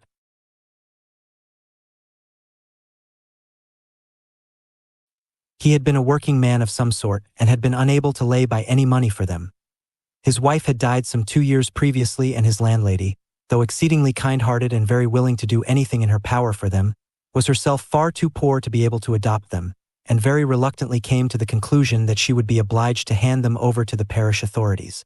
This was a great grief to the dead father, though he could not blame the landlady, and was himself unable to suggest any other course. Our friend asked him whether he had no relative to whom he could entrust them, but the father knew of none. He had a younger brother, he said, who would certainly have done something for him in this extremity, but he had lost sight of him for 15 years, and did not even know whether he was living or dead. When last heard of, he had been apprenticed to a carpenter in the north, and he was then described as a steady young fellow who, if he lived, would surely get on. The clues at hand were certainly very slight, but since there seemed no other prospect of help for the children, our friend thought it worth while to make a special effort to follow them up. Taking the dead man with him, he commenced a patient search after the brother in the town indicated, and after a great deal of trouble they were actually successful in finding him. He was now a master carpenter in a fairly flourishing way of business, married, but without children though earnestly desiring them, and therefore apparently just the man for the emergency. The question now was how the information could best be conveyed to this brother. Fortunately, he was found to be so far impressionable that the circumstances of his brother's death and the destitution of his children could be put vividly before him in a dream, and this was repeated 3 times, the place and even the name of the landlady being clearly indicated to him. He was immensely impressed by this recurring vision, and discussed it earnestly with his wife, who advised him to write to the address given. This he did not like to do, but was strongly inclined to travel down into the West Country, find out whether there was such a house as that which he had seen, and if so make some excuse to call there. He was a busy man, however, and he finally decided that he could not afford to lose a day's work for what after all might well prove to be nothing but the baseless fabric of a dream. The attempt along these lines having apparently failed, it was determined to try another method. So one of the helpers wrote a letter to the man detailing the circumstances of his brother's death and the position of the children, exactly as he had seen them in his dream. On receipt of this confirmation, he no longer hesitated, but set off the very next day for the town indicated, and was received with open arms by the kind-hearted landlady. It had been easy enough for the helpers to persuade her, good soul that she was, to keep the children with her for a few days on the chance that something or other would turn up for them, and she has ever since congratulated herself that she did so. The carpenter, of course, took the children back with him and provided them with a happy home, and the dead father, now no longer anxious, passed rejoicing on his upward way.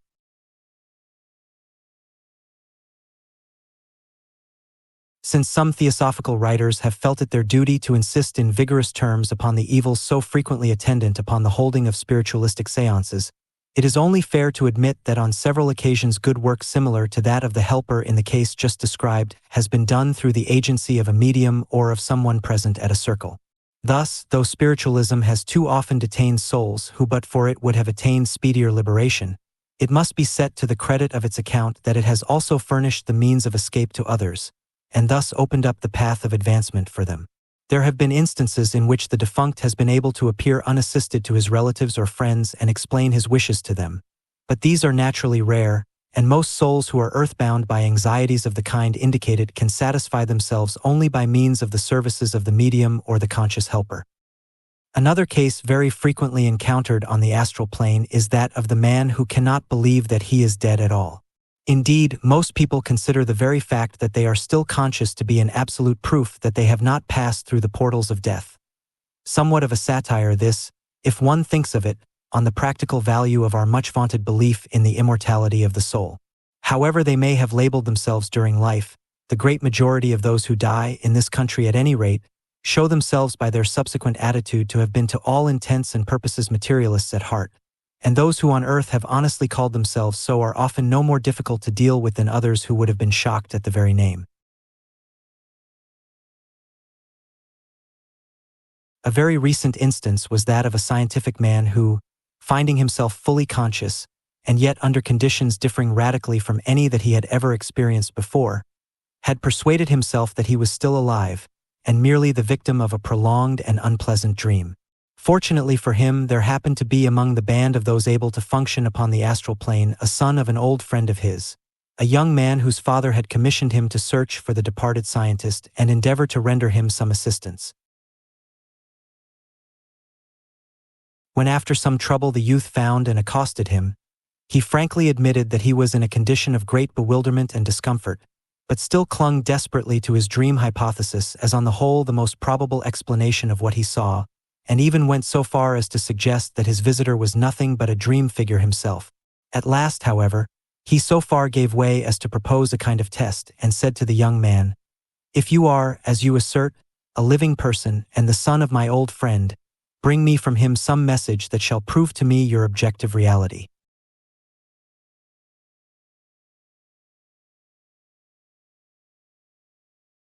Now, although under all ordinary conditions of the physical plane the giving of any kind of phenomenal proof is strictly forbidden to the pupils of the masters, it seemed as though a case of this kind hardly came under the rules, and therefore, when it had been ascertained that there was no objection on the part of higher authorities, an application was made to the father, who at once sent a message referring to a series of events which had occurred before the son's birth.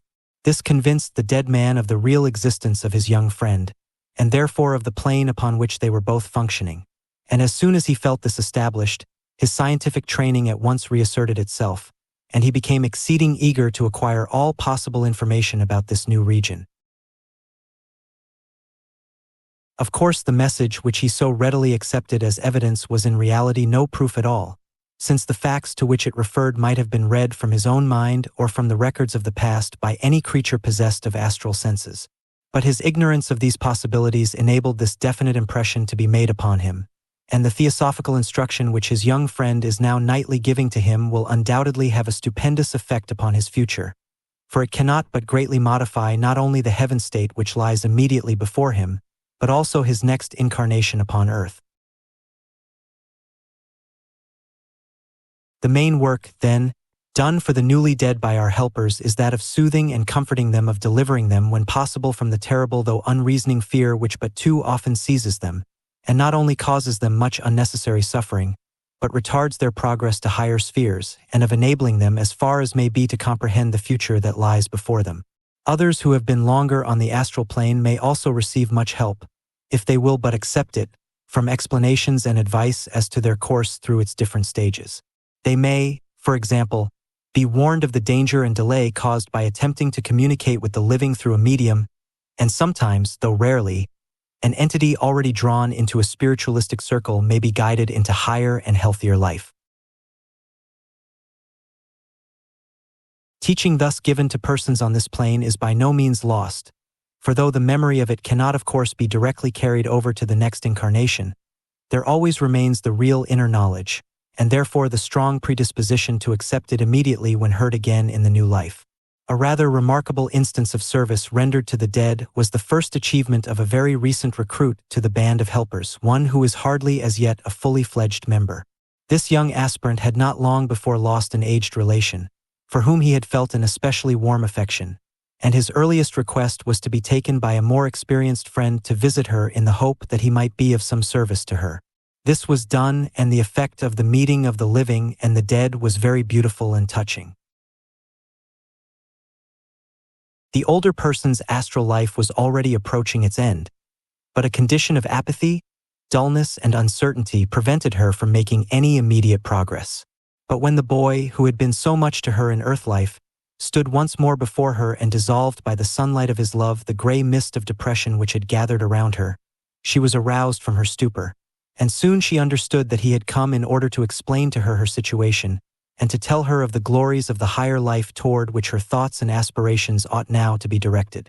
But when this was fully realized, there was such an awakening of dormant feeling in her and such an outrush of devoted affection towards her earnest young helper, that the last fetters which bound her to the astral life were broken, and that one great outburst of love and gratitude swept her forthwith into the higher consciousness of the heaven world. Truly, there is no greater and more beneficent power in the universe than that of pure, unselfish love. Chapter 13. Other branches of the work.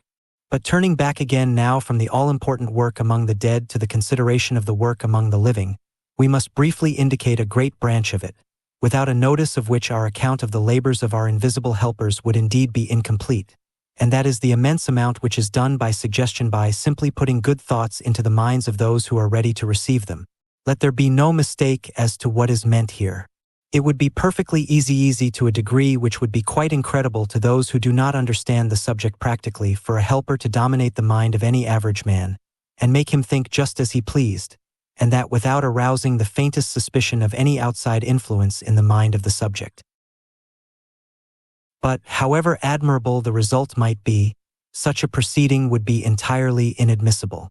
All that may be done is to throw the good thought into the person's mind as one among the hundreds that are constantly sweeping through it. Whether the man takes it up, makes it his own, and acts upon it, depends upon himself entirely. Were it otherwise, it is obvious that all the good karma of the action would accrue to the helper only, for the subject would have been a mere tool, and not an actor, which is not what is desired. The assistance given in this way is exceedingly varied in character. The consolation of those who are suffering or in sorrow at once suggests itself, as does also the endeavor to guide toward the truth those who are earnestly seeking it.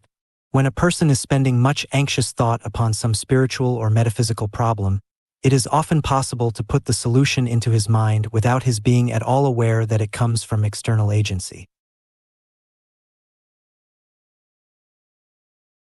A pupil too may often be employed as an agent in what can hardly be described otherwise than as the answering of prayer. For though it is true that any earnest spiritual desire, such as might be supposed to find its expression in prayer, is itself a force which automatically brings about certain results, it is also a fact that such a spiritual effort offers an opportunity of influence to the powers of good, of which they are not slow to take advantage, and it is sometimes the privilege of a willing helper to be made the channel through which their energy is poured forth. What is said of prayers is true to an even greater extent of meditation, for those to whom this higher exercise is a possibility. Besides these more general methods of help, there are also special lines open only to the few. Again and again, such pupils as are fitted for the work have been employed to suggest true and beautiful thoughts to authors, poets, artists, and musicians. But obviously it is not every helper who is capable of being used in this way. Sometimes, though more rarely, it is possible to warn persons of the danger to their moral development of some course which they are pursuing, to clear away evil influences from about some person or place, or to counteract the machinations of black magicians. It is not often that direct instruction in the great truths of nature can be given to people outside the circle of occult students, but occasionally it is possible to do something in that way by putting before the minds of preachers and teachers a wider range of thought or a more liberal view of some question than they would otherwise have taken. Naturally, as an occult student progresses on the path, he attains a wider sphere of usefulness. Instead of assisting individuals only, he learns how classes, nations, and races are dealt with, and he is entrusted with a gradually increasing share of the higher and more important work done by the adepts themselves. As he acquires the requisite power and knowledge, he begins to wield the greater forces of the mental and the astral planes and is shown how to make the utmost possible use of each favorable cyclic influence.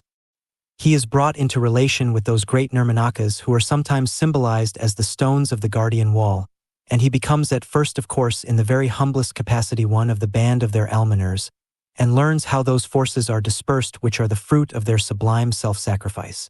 Thus he rises gradually higher and higher until, blossoming at length into adeptship, he is able to take his full share of the responsibility which lies upon the masters of wisdom, and to help others along the road which he has trodden. On the mental plane the work differs somewhat, since teaching can be both given and received in a much more direct, rapid and perfect manner, while the influences set in motion are infinitely more powerful, because acting on so much higher a level. But, though it is useless to speak of it in detail at present, since so few of us are yet able to function consciously upon this plane during life, here also and even higher still there is always plenty of work to be done, as soon as ever we can make ourselves capable of doing it, and there is certainly no fear that for countless eons we shall ever find ourselves without a career of unselfish usefulness open before us. Chapter 14. The qualifications required. How, it may be asked, are we to make ourselves capable of sharing in this great work? Well, there is no mystery as to the qualifications which are needed by one who aspires to be a helper. The difficulty is not in learning what they are, but in developing them in oneself. To some extent they have been already incidentally described, but it is nevertheless as well that they should be set out fully and categorically. 1. Single-mindedness.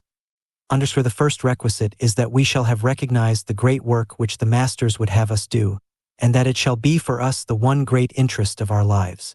We must learn to distinguish not only between useful and useless work, but between the different kinds of useful work, so that we may each devote ourselves to the very highest of which we are capable, and not fritter away our time in laboring at something which, however good it may be for the man who cannot yet do anything better, is unworthy of the knowledge and capacity which should be ours as theosophists. A man who wishes to be considered eligible for employment on higher planes must begin by doing the utmost that lies in his power in the way of definite work for theosophy down here. Of course, I do not for a moment mean that we are to neglect the ordinary duties of life. We should certainly do well to undertake no new worldly duties of any sort, but those which we have already bound upon our shoulders have become a karmic obligation which we have no right to neglect. Unless we have done to the full the duties which karma has laid upon us, we are not free for the higher work. But this higher work must nevertheless be to us the one thing really worth living for the constant background of a life which is consecrated to the service of the masters of compassion. 2. Perfect self-control. Before we can be safely trusted with the wider powers of the astral life, we must have ourselves perfectly in hand. Our temper, for example, must be thoroughly under control, so that nothing that we may see or hear can cause real irritation in us, for the consequences of such irritation would be far more serious on that plane than on this. The force of thought is always an enormous power, but down here it is reduced and deadened by the heavy physical brain particles which it has to set in motion. In the astral world it is far freer and more potent, and for a man with fully awakened faculty to feel anger against a person there would be to do him serious and perhaps even fatal injury. Not only do we need control of temper, but control of nerve, so that none of the fantastic or terrible sights that we may encounter may be able to shake our dauntless courage. It must be remembered that the pupil who awakens a man upon the astral plane incurs thereby a certain amount of responsibility for his actions and for his safety, so that unless his neophyte had courage to stand alone, the whole of the older worker's time would be wasted in hovering round to protect him, which it would be manifestly unreasonable to expect. It is to make sure of this control of nerve, and to fit them for the work that has to be done, that candidates are always made, now as in days of old, to pass what are called the tests of earth, water, air, and fire. In other words, they have to learn with that absolute certainty that comes not by theory, but by practical experience, that in their astral bodies none of these elements can by any possibility be hurtful to them, that none can oppose any obstacle in the way of the work which they have to do. In this physical body we are fully convinced that fire will burn us, that water will drown us, that the solid rock forms an impassable barrier to our progress, that we cannot with safety launch ourselves unsupported into the ambient air. So deeply is this conviction ingrained in us that it costs most men a good deal of effort to overcome the instinctive action which follows from it, and to realize that in the astral body the densest rock offers no impediment to their freedom of motion, that they may leap with impunity from the highest cliff, and plunge with the most absolute confidence into the heart of the raging volcano or the deepest abysses of the fathomless ocean. Yet until a man knows this knows it sufficiently to act upon his knowledge instinctively and confidently, he is comparatively useless for astral work, since in emergencies that are constantly arising he would be perpetually paralyzed by imaginary disabilities. So he has to go through his tests, and through many another strange experience to meet face to face with calm courage the most terrifying apparitions amid the most loathsome surroundings, to show in fact that his nerve may be thoroughly trusted under any and all of the varied groups of circumstances in which he may at any moment find himself. Further, we need control of mind and of desire. Of mind, because without the power of concentration it would be impossible to do good work amid all the distracting currents of the astral plane. Of desire, because in that strange world to desire is very often to have, and unless this part of our nature were well controlled we might perchance find ourselves face to face with creations of our own of which we should be heartily ashamed. 3. Calmness. This is another most important point: the absence of all worry and depression. Much of the work consists in soothing those who are disturbed and cheering those who are in sorrow. And how can a helper do that work if his own aura is vibrating with constant fuss and worry, or gray with the deadly gloom that comes from perpetual depression? Nothing is more hopelessly fatal to occult progress or usefulness than our 19th century habit of ceaselessly worrying over trifles, of eternally making mountains out of molehills. Many of us simply spend our lives in magnifying the most absurd trivialities, in solemnly and elaborately going to work to make ourselves miserable about nothing. Surely we who are theosophists ought, at any rate, to have got beyond this stage of irrational worry and causeless depression. Surely we, who are trying to acquire some definite knowledge of the cosmic order, ought by this time to have realized that the optimistic view of everything is always nearest to the divine view, and therefore to the truth, because only that in any person which is good and beautiful can by any possibility be permanent, while the evil must by its very nature be temporary. In fact, as Browning said, the evil is null, is naught, is silence implying sound, while above and beyond it all, the soul of things is sweet, the heart of being is celestial rest. So they who know maintain unruffled calm, and with their perfect sympathy combine the joyous serenity which comes from the certainty that all will at last be well, and those who wish to help must learn to follow their example. 4. Knowledge. To be of use, the man must at least have some knowledge of the nature of the plane on which he has to work, and the more knowledge he has in any and every direction, the more useful he will be. He must fit himself for this task by carefully studying theosophical literature, for he cannot expect those whose time is already so fully occupied to waste some of it in explaining to him what he might have learnt down here by taking the trouble to read the books. No one who is not already as earnest a student as his capacities and opportunities permit need begin to think of himself as a candidate for astral work. 5. Unselfishness.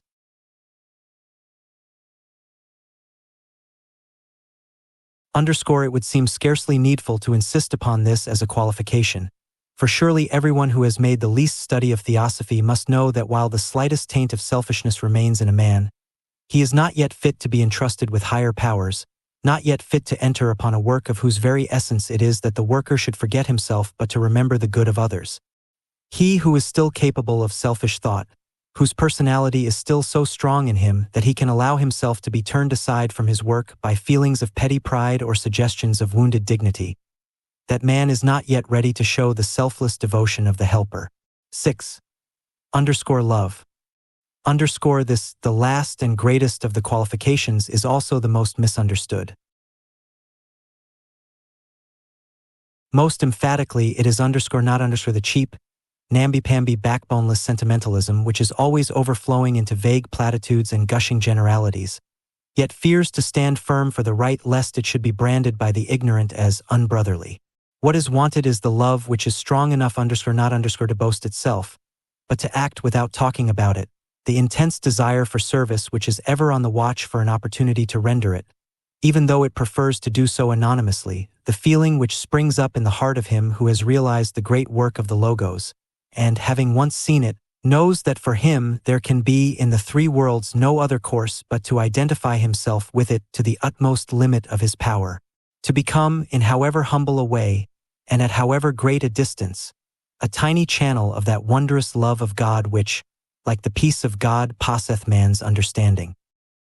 These are the qualities toward the possession of which the helper must ceaselessly strive, and of which some considerable measure at least must be his before he can hope that the great ones who stand behind will deem him fit for full awakening. The ideal is in truth a high one, yet none need therefore turn away disheartened, nor think that while he is still but struggling toward it, he must necessarily remain entirely useless on the astral plane. For short of the responsibilities and dangers of that full awakening there is much that may safely and usefully be done. There is hardly one among us who would not be capable of performing at least one definite act of mercy and good will each night while we are away from our bodies. Our condition when asleep is usually one of absorption in thought, be it remembered a carrying on of the thoughts that have principally occupied us during the day, and especially of the last thought in the mind when sinking into sleep. Now, if we make that last thought a strong intention to go and give help to someone whom we know to be in need of it, the soul, when freed from the body, will undoubtedly carry out that intention, and the help will be given. There are several cases on record in which, when this attempt has been made, the person thought of has been fully conscious of the effort of the would-be helper, and has even seen his astral body in the act of carrying out the instructions impressed upon it. Indeed, no one need sadden himself with the thought that he can have no part nor lot in this glorious work. Such a feeling would be entirely untrue, for everyone who can think can help. Nor need such useful action be confined to our hours of sleep.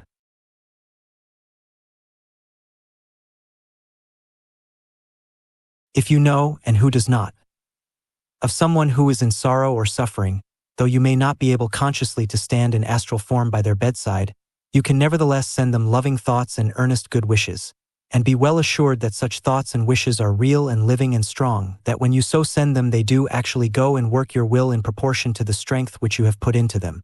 Thoughts are things, intensely real things, visible enough to those whose eyes have been opened to see, and by their means the poorest man may bear his part in the good work of the world as fully as the richest. In this way at least, whether we can yet function consciously upon the astral plane or not, we all can join, and we all ought to join, the army of invisible helpers. But the aspirant, who definitely desires to become one of the band of astral helpers who are working under the direction of the great masters of wisdom, will make his preparation part of a far wider scheme of development. Instead of merely endeavoring to fit himself for this particular branch of their service, he will undertake with high resolution the far greater task of training himself to follow in their footsteps, of bending all the energies of his soul to attain even as they have attained, so that his power of helping the world may not be confined to the astral plane, but may extend to those higher levels which are the true home of the divine self of man. For him the path has been marked out long ago by the wisdom of those who have trodden it in days of old, a path of self-development which sooner or later all must follow, whether they choose to adopt it of their own free will, or to wait until, after many lives and an infinity of suffering, the slow, resistless force of evolution drives them along it among the laggards of the human family. But the wise man is he who eagerly enters upon it immediately, setting his face resolutely toward the goal of adeptship, in order that, being safe forever from all doubt and fear and sorrow himself, he may help others into safety and happiness also. What are the steps of this path of holiness, as the Buddhists call it, and in what order they are arranged, let us see in our next chapter. Chapter 15. The Probationary Path. Eastern books tell us that there are 4 means by which a man may be brought to the beginning of the path of spiritual advancement. 1. By the companionship of those who have already entered upon it. 2. By the hearing or reading of definite teaching on occult philosophy. 3. By enlightened reflection. That is to say, that by sheer force of hard thinking and close reasoning he may arrive at the truth, or some portion of it, for himself. 4. By the practice of virtue, which means that a long series of virtuous lives, though it does not necessarily involve any increase of intellectuality, does eventually develop in a man sufficient intuition to enable him to grasp the necessity of entering upon the path, and show him in what direction it lies. When, by one or another of these means, he has arrived at this point, the way to the highest adeptship lies straight before him, if he chooses to take it. In writing for students of occultism, it is hardly necessary to say that at our present stage of development we cannot expect to learn all, or nearly all, about any but the lowest steps of this path, whilst of the highest we know little but the names, though we may get occasional glimpses of the indescribable glory which surrounds them. According to the esoteric teachings, these steps are grouped in 3 great divisions. 1. The probationary period before any definite pledges are taken or initiations, in the full sense of the word, are given. This carries a man to the level necessary to pass successfully through what in theosophical books is usually called the critical period of the 5th round. 2. The period of pledged discipleship, or the path proper, whose 4 stages are often spoken of in Oriental books as the 4 paths of holiness. At the end of this, the pupil obtains adeptship, the level which humanity should reach at the close of the 7th round. 3. What we may venture to call the official period, in which the adept takes a definite part, under the great cosmic law, in the government of the world, and holds a special office connected therewith. Of course, every adept, every pupil even, when once definitely accepted, as we have seen in the earlier chapters, takes a part in the great work of helping forward the evolution of man. But those standing on the higher levels take charge of special departments, and correspond in the cosmic scheme to the ministers of the crown in a well-ordered earthly state. It is not proposed to make any attempt in this book to treat of this official period. No information about it has ever been made public, and the whole subject is too far above our comprehension to be profitably dealt with in print. We will confine ourselves therefore to the 2 earlier divisions. Before going into details of the probationary period, it is well to mention that in most of the Eastern sacred books this stage is regarded as merely preliminary, and scarcely as part of the path at all, for they consider that the latter is really entered upon only when definite pledges have been given. Considerable confusion has been created by the fact that the numbering of the stages occasionally commences at this point, though more often at the beginning of the 2nd great division. Sometimes the stages themselves are counted, and sometimes the initiations leading into or out of them, so that in studying the books one has to be perpetually on one's guard to avoid misunderstanding. This probationary period, however, differs considerably in character from the others. The divisions between its stages are less decidedly marked than are those of the higher groups, and the requirements are not so definite or so exacting. But it will be easier to explain this last point after giving a list of the 5 stages of this period, with their respective qualifications. The first 4 were very ably described by Mr. Mohini Mohan Chatterjee in the first transaction of the London Lodge, to which readers may be referred for fuller definitions of them than can be given here. Much exceedingly valuable information about them is also given by Mrs. Besant in her books The Path of Discipleship and in the Outer Court . The names given to the stages will differ somewhat, for in those books the Hindu Sanskrit terminology was employed, whereas the Pali nomenclature used here is that of the Buddhist system. But although the subject is thus approached from a different side, as it were, the qualifications exacted will be found to be precisely the same in effect even when the outward form varies. In the case of each word, the mere dictionary meaning will first be given in parentheses, and the explanation of it, which is usually given by the teacher, will follow. The first stage, then, is called among Buddhists 1. Manodvarvajana, the opening of the doors of the mind, or perhaps escaping by the door of the mind. And in it the candidate acquires a firm intellectual conviction of the impermanence and worthlessness of mere earthly aims. This is often described as learning the difference between the real and the unreal, and to learn it often takes a long time and many hard lessons. Yet it is obvious that it must be the first step toward anything like real progress, for no man can enter wholeheartedly upon the path until he has definitely decided to set his affection upon things above, not on things on the earth. And that decision comes from the certainty that nothing on earth has any value as compared with the higher life. This step is called by the Hindus the acquirement of viveka or discrimination, and Mr. Sinnett speaks of it as the giving allegiance to the higher self. 2. Parakama, preparation for action. The stage in which the candidate learns to do the right merely because it is right, without considering his own gain or loss either in this world or the future, and acquires, as the Eastern books put it, perfect indifference to the enjoyment of the fruit of his own actions. This indifference is the natural result of the previous step, for when the neophyte has once grasped the unreal and impermanent character of all earthly rewards, he ceases to crave for them. When once the radiance of the real has shone upon the soul, nothing below that can any longer be an object of desire. This higher indifference is called by the Hindus Vairagya. 3.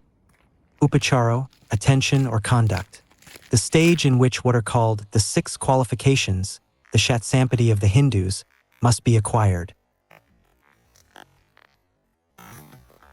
These are called in Pali, _samo, quietude. That purity and calmness of thought which comes from perfect control of the mind, a qualification exceedingly difficult of attainment, and yet most necessary, for unless the mind moves only in obedience to the guidance of the will, it cannot be a perfect instrument for the master's work in the future. This qualification is a very comprehensive one, and includes within itself both the self-control and the calmness which were described in Chapter 14, as necessary for astral work. _b_demo, subjugation. A similar mastery over, and therefore purity in, one's actions and words, a quality which again follows necessarily from its predecessor. _uparatai, cessation. Explained as cessation from bigotry or from belief in the necessity of any act or ceremony prescribed by a particular religion, so leading the aspirant to independence of thought and to a wide and generous tolerance. _d_, titika, endurance or forbearance, by which is meant the readiness to bear with cheerfulness whatever one's karma may bring upon one, and to part with anything and everything worldly whenever it may be necessary. It also includes the idea of complete absence of resentment for wrong, the man knowing that those who do him wrong are but the instruments of his own karma. Samadhana, intentness. One-pointedness involving the incapability of being turned aside from one's path by temptation. This corresponds very closely with the single-mindedness spoken of in the previous chapter. Sada, faith. Confidence in one's master and oneself. Confidence, that is, that the master is a competent teacher, and that, however diffident the pupil may feel as to his own powers, he has yet within him that divine spark which when fanned into a flame will one day enable him to achieve even as his master has done. 4. Anuloma, direct order or succession, signifying that its attainment follows as a natural consequence from the other 3. The stage in which is acquired that intense desire for liberation from earthly life, and for union with the highest, which is called by the Hindus Mumukshatva. 5. Gatrabu, the condition of fitness for initiation. In this stage the candidate gathers up, as it were, his previous acquisitions and strengthens them to the degree necessary for the next great step, which will set his feet upon the path proper as an accepted pupil. The attainment of this level is followed very rapidly by initiation into the next grade. In answer to the question, who is the Gatrabu? Buddha says, the man who is in possession of those conditions upon which the commencement of sanctification immediately ensues, he is the Gatrabu. The wisdom necessary for the reception of the path of holiness is called Gatrabugyana. Now that we have hastily glanced at the steps of the probationary period, we must emphasize the point to which reference was made at the commencement, that the _perfect attainment of these accomplishments and qualifications is not expected at this early stage. As Mr. Mohini says, if all these are equally strong, adeptship is attained in the same incarnation. But such a result is of course extremely rare. It is in the direction of these acquirements that the candidate must easelessly strive, but it would be an error to suppose that no one has been admitted to the next step without possessing all of them in the fullest possible degree. Nor do they necessarily follow one another in the same definite order as the later steps. In fact, in many cases a man would be developing the various qualifications all at the same time rather side by side than in regular succession. It is obvious that a man might easily be working along a great part of this path even though he was quite unaware of its very existence, and no doubt many a good Christian, many an earnest freethinker is already far on the road that will eventually lead him to initiation, though he may never have heard the word occultism in his life. I mention these two classes especially because in every other religion occult development is recognized as a possibility, and would certainly therefore be intentionally sought by those who felt yearnings for something more satisfactory than the exoteric faiths. We must also note that the steps of this probationary period are not separated by initiations in the full sense of the word, though they will certainly be studded with tests and trials of all sorts and on all planes, and may be relieved by encouraging experiences, and by hints and help whenever these may safely be given. We are apt sometimes to use the word initiation somewhat loosely, as for example when it is applied to such tests as have just been mentioned. Properly speaking, it refers only to the solemn ceremony at which a pupil is formally admitted to a higher grade by an appointed official, who in the name of the one initiator receives his plighted vow, and puts into his hands the new key of knowledge which he is to use on the level to which he has now attained. Such an initiation is taken at the entrance to the division which we shall next consider, and also at each passage from any one of its steps to the next. Chapter 16. The Path Proper.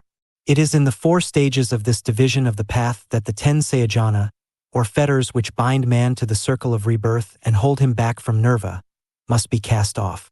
And here comes the difference between this period of pledged discipleship and the previous probation.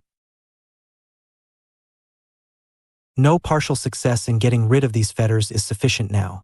Before a candidate can pass on from one of the steps to the next, he must be entirely free from certain of these clogs. And when they are enumerated, it will be seen how far-reaching this requirement is, and there will be little cause to wonder at the statement made in the sacred books that 7 incarnations are sometimes required to pass through this division of the path. Each of these 4 steps or stages is again divided into 4, for each has 1. Its mago or way, during which the student is striving to cast off the fetters. 2. Its phala, result or fruit, when he finds the results of his action in so doing showing themselves more and more. 3. Its bhavaga or consummation, the period when, the result having culminated, he is able to fulfill satisfactorily the work belonging to the step on which he now firmly stands. And 4. Its gatrabhu, meaning, as before, the time when he arrives at a fit state to receive the next initiation. The first stage is Sotapati or Sohun. The pupil who has attained this level is spoken of as the Sohani or Sotapanna, he who has entered the stream, because from this period, though he may linger, though he may succumb to more refined temptations and turn aside from his course for a time, he can no longer fall back altogether from spirituality and become a mere worldling. He has entered upon the stream of definite higher human evolution, upon which all humanity must enter by the middle of the next round, unless they are to be left behind as temporary failures by the great life wave, to wait for further progress until the next chain of worlds. The pupil who is able to take this initiation has therefore already outstripped the majority of humanity to the extent of an entire round of all our 7 planets, and in doing so has definitely secured himself against the possibility of falling out of the stream in the 5th round. He is consequently sometimes spoken of as the saved or the safe one. It is from a misunderstanding of this idea that there arises the curious theory of salvation promulgated by a certain section of the Christian community. The Aeonian salvation, of which some of its documents speak, is not, as has been blasphemously supposed by the ignorant, from eternal torture, but simply from wasting the rest of this aeon or dispensation by falling out of its line of progress.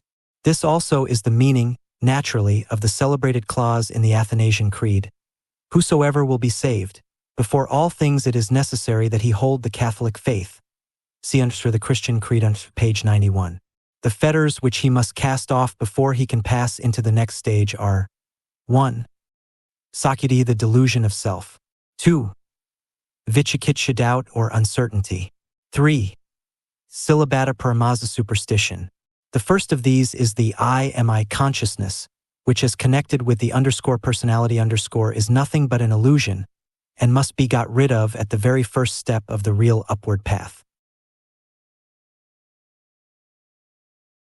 But to cast off this fetter completely means even more than this, for it involves the realization of the fact that the individuality also is in very truth one with the all, that it can therefore never have any interests opposed to those of its brethren, and that it is most truly progressing when it most assists the progress of others. For the very sign and seal of the attainment of the Sotapatti level is the first entrance of the pupil into the plane next above the mental, that which we usually call the Buddhic. It may be, nay, it will be the merest touch of the lowest subplane of that stupendously exalted condition that the pupil can as yet experience, even with his master's help. But even that touch is something that can never be forgotten, something that opens a new world before him and entirely revolutionizes his feelings and conceptions.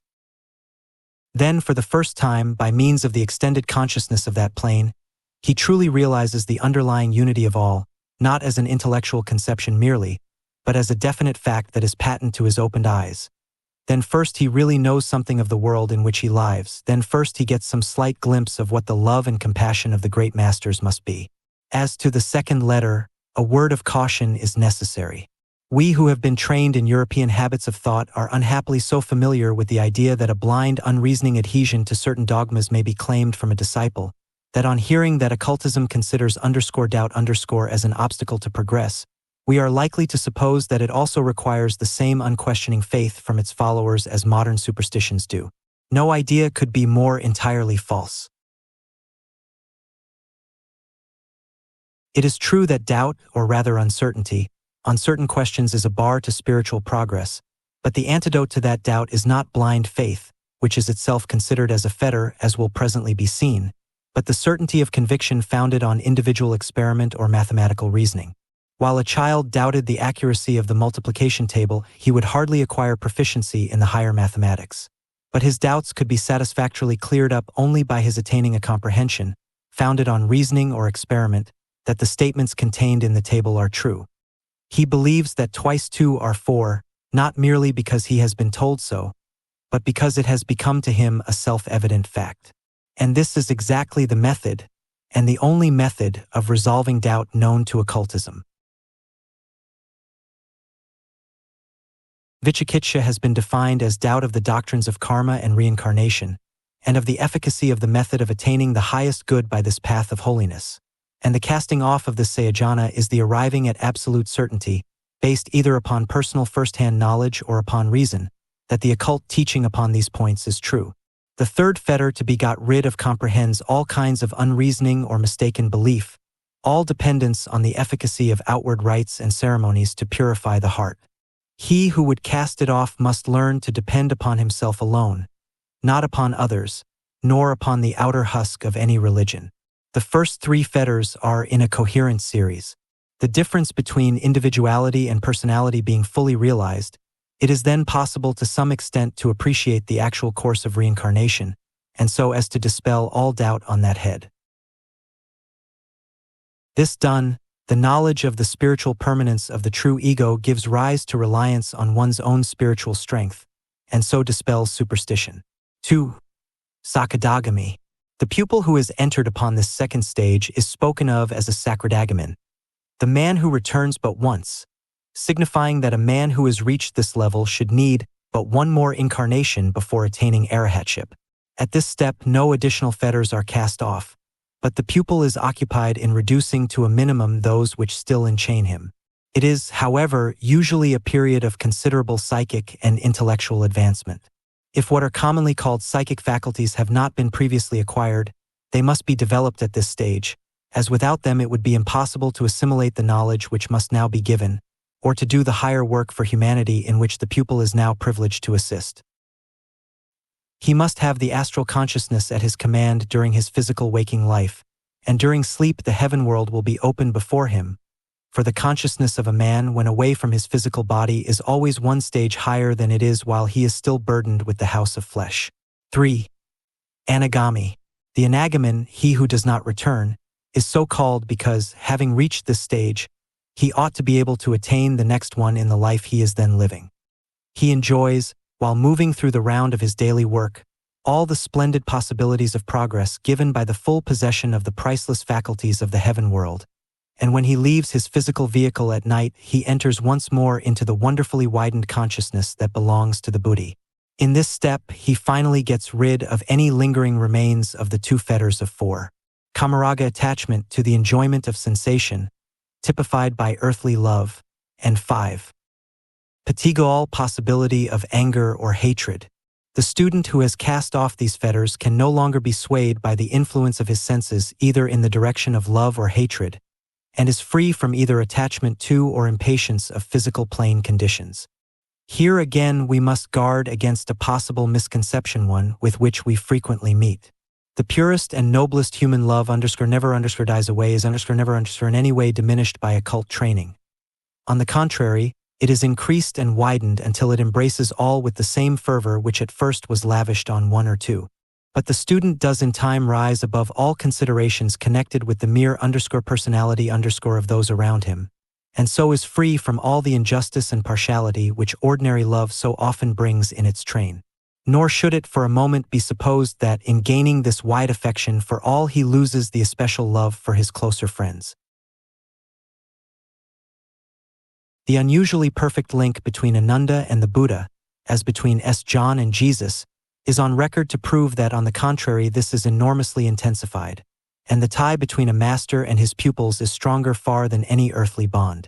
For the affection which flourishes upon the path of holiness is an affection between egos, and not merely between personalities. Therefore it is strong and permanent, without fear of diminution or fluctuation, for it is that perfect love which casteth out fear. For Arahat, the venerable, the perfect. On attaining this level, the aspirant constantly enjoys the consciousness of the Buddhic plane and is able to use its powers and faculties while still in the physical body. And when he leaves that body in sleep or trance, he passes at once into the unutterable glory of the nervic plane. In this stage, the occultist must cast off the last remnants of the 5 remaining fetters, which are 6. Rupariga desire for beauty of form or for physical existence in a form, even including that in the heaven world. 7. Arapariga desire for formless life. 8. Manopride. 9. Udhatsha agitation or irritability. 10. Avijja ignorance. On this we may remark that the casting off of Rupariga involves not only getting rid of desire for earthly life, however grand or noble that life may be, and astral or devachanic life, however glorious, but also of all liability to be unduly influenced or repelled by the external beauty or ugliness of any person or thing. Arapariga desire for life either in the highest and formless planes of the heaven world or in the still more exalted Buddhic plane would be merely a higher and less sensual form of selfishness, and must be cast off just as much as the lower. Udhatsha really means liability to be disturbed in mind. And a man who had finally cast off this fetter would be absolutely unruffled by anything whatever that might happen to him, perfectly impervious to any kind of attack upon his dignified serenity. The getting rid of ignorance, of course, implies the acquisition of perfect knowledge, practical omniscience as regards our planetary chain. When all the fetters are finally cast off, the advancing ego reaches the 5th stage. The stage of full adepshipan becomes Aseka, the one who has no more to learn, again as regards our planetary chain. It is quite impossible for us to realize at our present level what this attainment means. All the splendor of the nervic plane lies open before the waking eyes of the adept, while when he chooses to leave his body, he has the power to enter upon something higher still, a plane which to us is the merest name. As Professor Rhys Davids explains, he is now free from all sin. He sees and values all things in this life at their true value, all evil being rooted from his mind. He experiences only righteous desires for himself, and tender pity and regard and exalted love for others. To show how little he has lost the sentiment of love, we read in the Metasutta of the state of mind of one who stands at this level. As a mother loves, who even at the risk of her own life protects her only son, such love let there be toward all beings. Let goodwill without measure prevail in the whole world, above, below, around, unstinted, unmixed with any feeling of differing or opposing interests. When a man remains steadfastly in this state of mind all the while, whether he be standing or walking, sitting or lying down, then is come to pass the saying which is written, "Even in this life has holiness been found." Chapter 17. What lies beyond? Beyond this period, it is obvious that we can know nothing of the new qualifications required for the still higher levels which yet lie before the perfect man. It is abundantly clear, however, that when a man has become a Aseka, he has exhausted all the possibilities of moral development, so that further advancement for him can only mean still wider knowledge and still more wonderful spiritual powers. We are told that when man has thus attained his spiritual majority, whether in the slow course of evolution or by the shorter path of self-development, he assumes the fullest control of his own destinies and makes choice of his future line of evolution among 7 possible paths which he sees opening before him.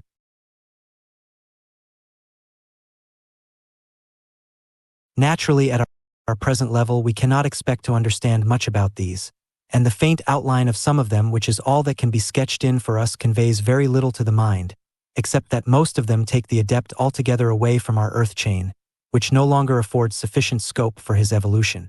One path is that of those who, as the technical phrase goes, accept nirva. Through what incalculable eons they remain in that sublime condition, for what work they are preparing themselves, what will be their future line of evolution, are questions upon which we know nothing. And indeed, if information upon such points could be given, it is more than likely that it would prove quite incomprehensible to us at our present stage.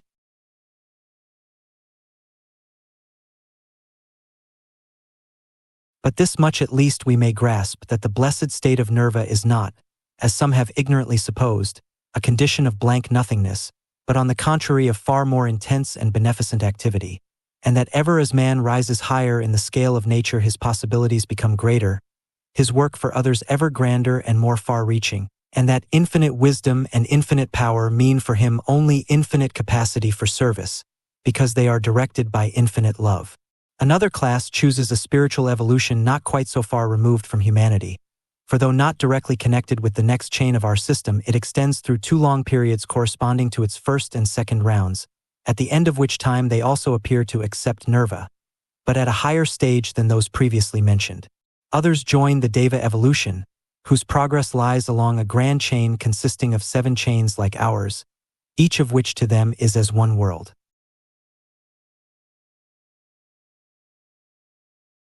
This line of evolution is spoken of as the most gradual and therefore the least arduous of the 7 courses. But though it is sometimes referred to in the books as yielding to the temptation to become a god, it is only in comparison with the sublime height of renunciation of the Nirmanakya that it can be spoken of in this half-disparaging manner, for the adept who chooses this course has indeed a glorious career before him, and though the path which he selects is not the shortest, it is, nevertheless, a very noble one. Yet another group are the Nirmanakas, those who, declining all these easier methods, choose the shortest but steepest path to the heights which still lie before them. They form what is poetically termed the guardian wall, and, as the voice of the silence tells us, protect the world from further and far greater misery and sorrow, not indeed by warding off from it external evil influences, but by devoting all their strength to the work of pouring down upon it a flood of spiritual force and assistance, without which it would assuredly be in far more hopeless case than now. Yet again there are those who remain even more directly in association with humanity, and continue to incarnate among it, choosing the path which leads through the 4 stages of what we have called above the official period. And among these are the masters of wisdom, those from whom we who study theosophy have learnt such fragments as we know of the mighty harmony of evolving nature. But it would seem that only a certain comparatively small number adopt this course, probably only so many as are necessary for the carrying on of this physical side of the work. In hearing of these different possibilities, people sometimes exclaim rashly that there could of course be no thought in a master's mind of choosing any but that course which most helps humanity, a remark which greater knowledge would have prevented them from making. We should never forget that there are other evolutions in the solar system besides our own, and no doubt it is necessary for the carrying out of the vast plan of the Logos that there should be adepts working on all the 7 lines to which we have referred. Surely the choice of the master would be to go wherever his work was most needed, to place his services with absolute selflessness at the disposal of the powers in charge of this part of the great scheme of evolution. This then is the path which lies before us, the path which each one of us should be beginning to tread. Stupendous though its heights appear, we should remember that they are attained but gradually and step by step, and that those who now stand near the summit once toiled in the mire of the valleys, even as we are doing. Although this path may at first seem hard and toilsome, yet ever as we rise our footing becomes firmer and our outlook wider, and thus we find ourselves better able to help those who are climbing beside us. Because it is at first thus hard and toilsome to the lower self, It has sometimes been called by the very misleading title of the Path of Woe. But, as Mrs. Besant has beautifully written, through all such suffering there is a deep and abiding joy, for the suffering is of the lower nature, and the joy of the higher. When the last shred of the personality is gone, all that can thus suffer has passed away, and in the perfected adept there is unruffled peace and everlasting joy. He sees the end toward which all is working, and rejoices in that end, knowing that earth's sorrow is but a passing phase in human evolution. That of which little has been said is the profound content which comes from being on the path, from realizing the goal and the way to it, from knowing that the power to be useful is increasing, and that the lower nature is being gradually extirpated. And little has been said of the rays of joy which fall upon the path from loftier levels, the dazzling glimpses of the glory to be revealed, the serenity which the storms of earth cannot ruffle. To anyone who has entered on the path, all other ways have lost their charm, and its sorrows have a deeper bliss than the best joys of the lower world.